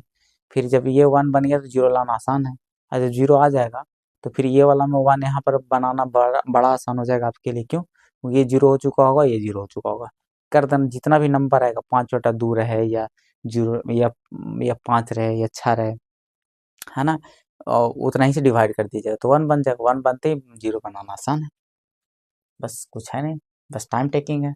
हम ज़्यादा टाइम लेना नहीं चाह रहे। अब एक छोटा सा टॉपिक के साथ इसको उड़ाते हैं, देखिएगा करने वाले हैं। देखिए क्या, देखिएगा हम करने वाले हैं क्या बच्चा, ये मिसिंग एक चीज़ और हो गया था कि अगर कोई एक मैट्रिक्स इक्वेशन देता है, उस टाइम में हम इन्वर्स नहीं पढ़ाए थे, इसीलिए वहाँ पर स्किप कर दिए थे। देखिएगा मैट्रिक्स इक्वेशन आपको पता है कि इस तरह से मैट्रिक्स में इक्वेशन होता है, इस तरीके का a² -3 है और +5i बराबर 0। तो यहाँ से आपको इन्वर्स बोल देगा निकालने बच्चा, है ना, और यहाँ से बोलेगा कि ए इन्वर्स निकालो। ये मैट्रिक्स इक्वेशन देके इन्वर्स निकालिए, ठीक है। तो देखिए कैसे निकालते हैं। तो आपको देखिए निकालने का तरीका क्या है कि बच्चा नहीं आप कैसे, है ना, तो आपको करना क्या, ए इन्वर्स अगर आपको हम बोले कि सर 2x - 4 बराबर 0 है, यहाँ से x आप निकाल लो, तो आराम से निकालो क्योंकि x इसमें दिख रहा है। तो जो दिख रहा है इसे इधर रखेंगे, उधर भेज देंगे, x बराबर 2 आ जाएगा निकल के, क्योंकि इसमें दिख रहा था। सर इसमें ए इन्वर्स आप बोले हो निकालना है, लेकिन इसमें दिख ही नहीं रहा है, तो ये पहले इंसर्ट करेंगे, है ना, पहले दोनों साइड ए इन्वर्स से गुना करेंगे। इसको बनाने का तरीका वही है ना, मैट्रिक्स इक्वेशन देके पूछेगा तो ये काम करना, आप दोनों तरफ ए इन्वर्स से आप गुना करा लेना। ये भी आई है, आप ध्यान रखिएगा, दोनों तरफ ए इन्वर्स से गुना करा लिए। अब बताना ए इन्वर्स इसमें जाएगा, इसमें गुना होगा, तीनों में गुना होगा, ठीक है। तो ए इन्वर्स इंटू क्या बन जाएगा, a² माइनस कांस्टेंट को बाहर लिख सकते हो और ए मैट्रिक्स को एक साथ रख लेना, ठीक है। कांस्टेंट को बाहर लिख लेने और ये मैट्रिक्स से गुना करके मैट्रिक्स को मैट्रिक्स के साथ रख लेना, ठीक है।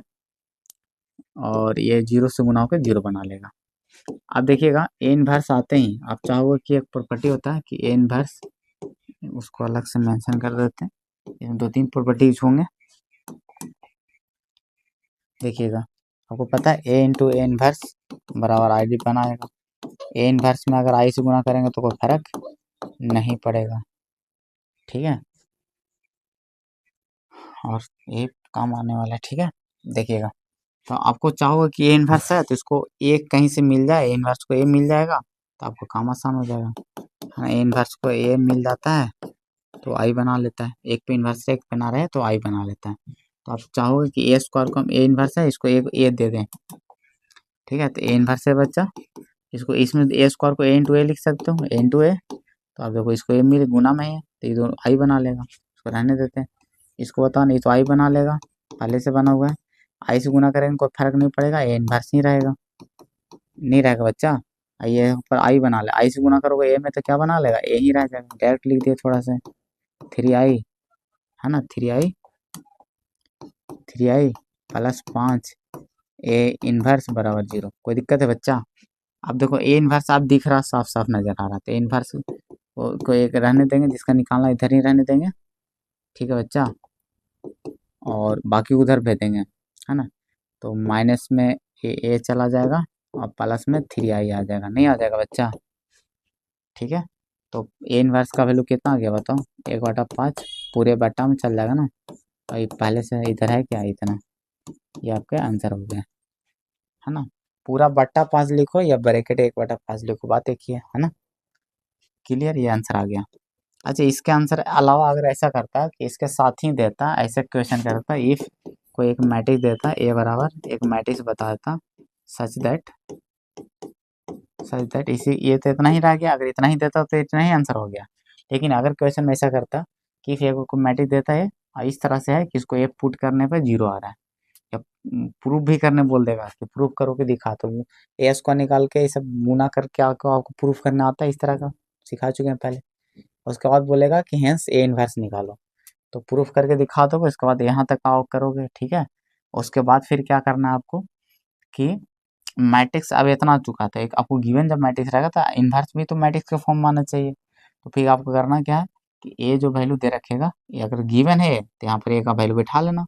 अगर नहीं इसमें दे था, पहले से जो क्वेश्चन हम दिए थे इसमें तो ए नहीं कहीं नजर आ रहा बच्चा, देखो है ना, गिवन मैट्रिक्स नहीं है, अननोन है, जैसे डाटा था वैसा ही डाटा में ले आए हम लोग आंसर, ठीक है। तो वो ऐसा ही नॉर्मल डाटा था तो हम लोग वैसा ही नॉर्मल में ले आए, ठीक है, ये मेरा आंसर हो गया। लेकिन अगर अगर है ना, अगर मैट्रिक्स गिवन रहता है, मैट्रिक्स साथ में देता है ना। अगर मैट्रिक्स साथ में आपको देता है तो करना क्या है, देखिएगा। अगर मैट्रिक्स साथ में देता है तो करिएगा क्या कि जो मैट्रिक्स देगा आप बैठा के हल कर लीजिएगा, तो आपको इनवर्स का पूरा नॉन मैट्रिक्स आ जाएगा निकल कर, है ना। 1/5 को रहने दीजिएगा, ये माइनस मैट्रिक्स जो बैठा देगा बैठा लीजिएगा। आइडेंटिटी मैट्रिक्स तो पता है आपको, अगर 3/3 में देगा तो जो भी ऑर्डर में देगा आई का वैल्यू तो फिक्स होता है बच्चा 1, बाकी एलिमेंट 0 है ना। जो भी मैट्रिक्स में देगा आई का वैल्यू रख लेना और इसको हल कर लेना है। 3 से गुना करके इसमें जोड़ घटाव कर लीजिएगा, 5 से भाग दे, कन्फर्म आंसर आ जाएगा। अगर ए मैट्रिक्स देता तो ये लास्ट में बैठा लीजिएगा लाकर, ठीक है। तो ये तरीका हो गया मैट्रिक्स इक्वेशन के मदद से इन्वर्स कैसे निकालते हैं, तो ये तरीका हो गया, ठीक है। तो बस यही सिखाना था इसमें, ठीक है बच्चा। तो इसी के साथ आज खत्म करते हैं लेक्चर, इसी के साथ आपका मैट्रिक्स समाप्त हो जाता है। अब रह गया क्वेश्चन प्रैक्टिस और करने की बारी, तो अगले सीरीज में लेकर आएंगे क्वेश्चन अच्छे अच्छे, ठीक है। एक लेक्चर और, एक मैट्रिक्स का कॉन्सेप्ट खत्म हो गया, अगले लेक्चर में आएंगे क्वेश्चन लेकर, ठीक है। तो थैंक यू बच्चा, आप पढ़ाई करते रहो मज़े से, ठीक है। तो आज हम लोग आएंगे क्वेश्चन लेकर अगले क्लास में, बहुत अच्छे से। नहीं तो क्वेश्चन कभी और भी लेकर आ सकते हैं, तो कोई दिक्कत नहीं, ताकि इतना कर लीजिए, अगले डिटर्मिनेंट भी आ सकते हैं। फिर कभी क्वेश्चन का एक सीरीज लेकर आ जाएंगे कि आज मैट्रिक्स का क्वेश्चन करवाने वाले हैं, राइट। तो क्वेश्चन तो कभी भी कर लेंगे, एक उठाएंगे मैट्रिक्स का 50 क्वेश्चन ले लेंगे, 20 क्वेश्चन ले लेंगे, पूरे टाइप को उठा के ले लेंगे, ठीक है। कोई दिक्कत नहीं बच्चा, तो थैंक यू।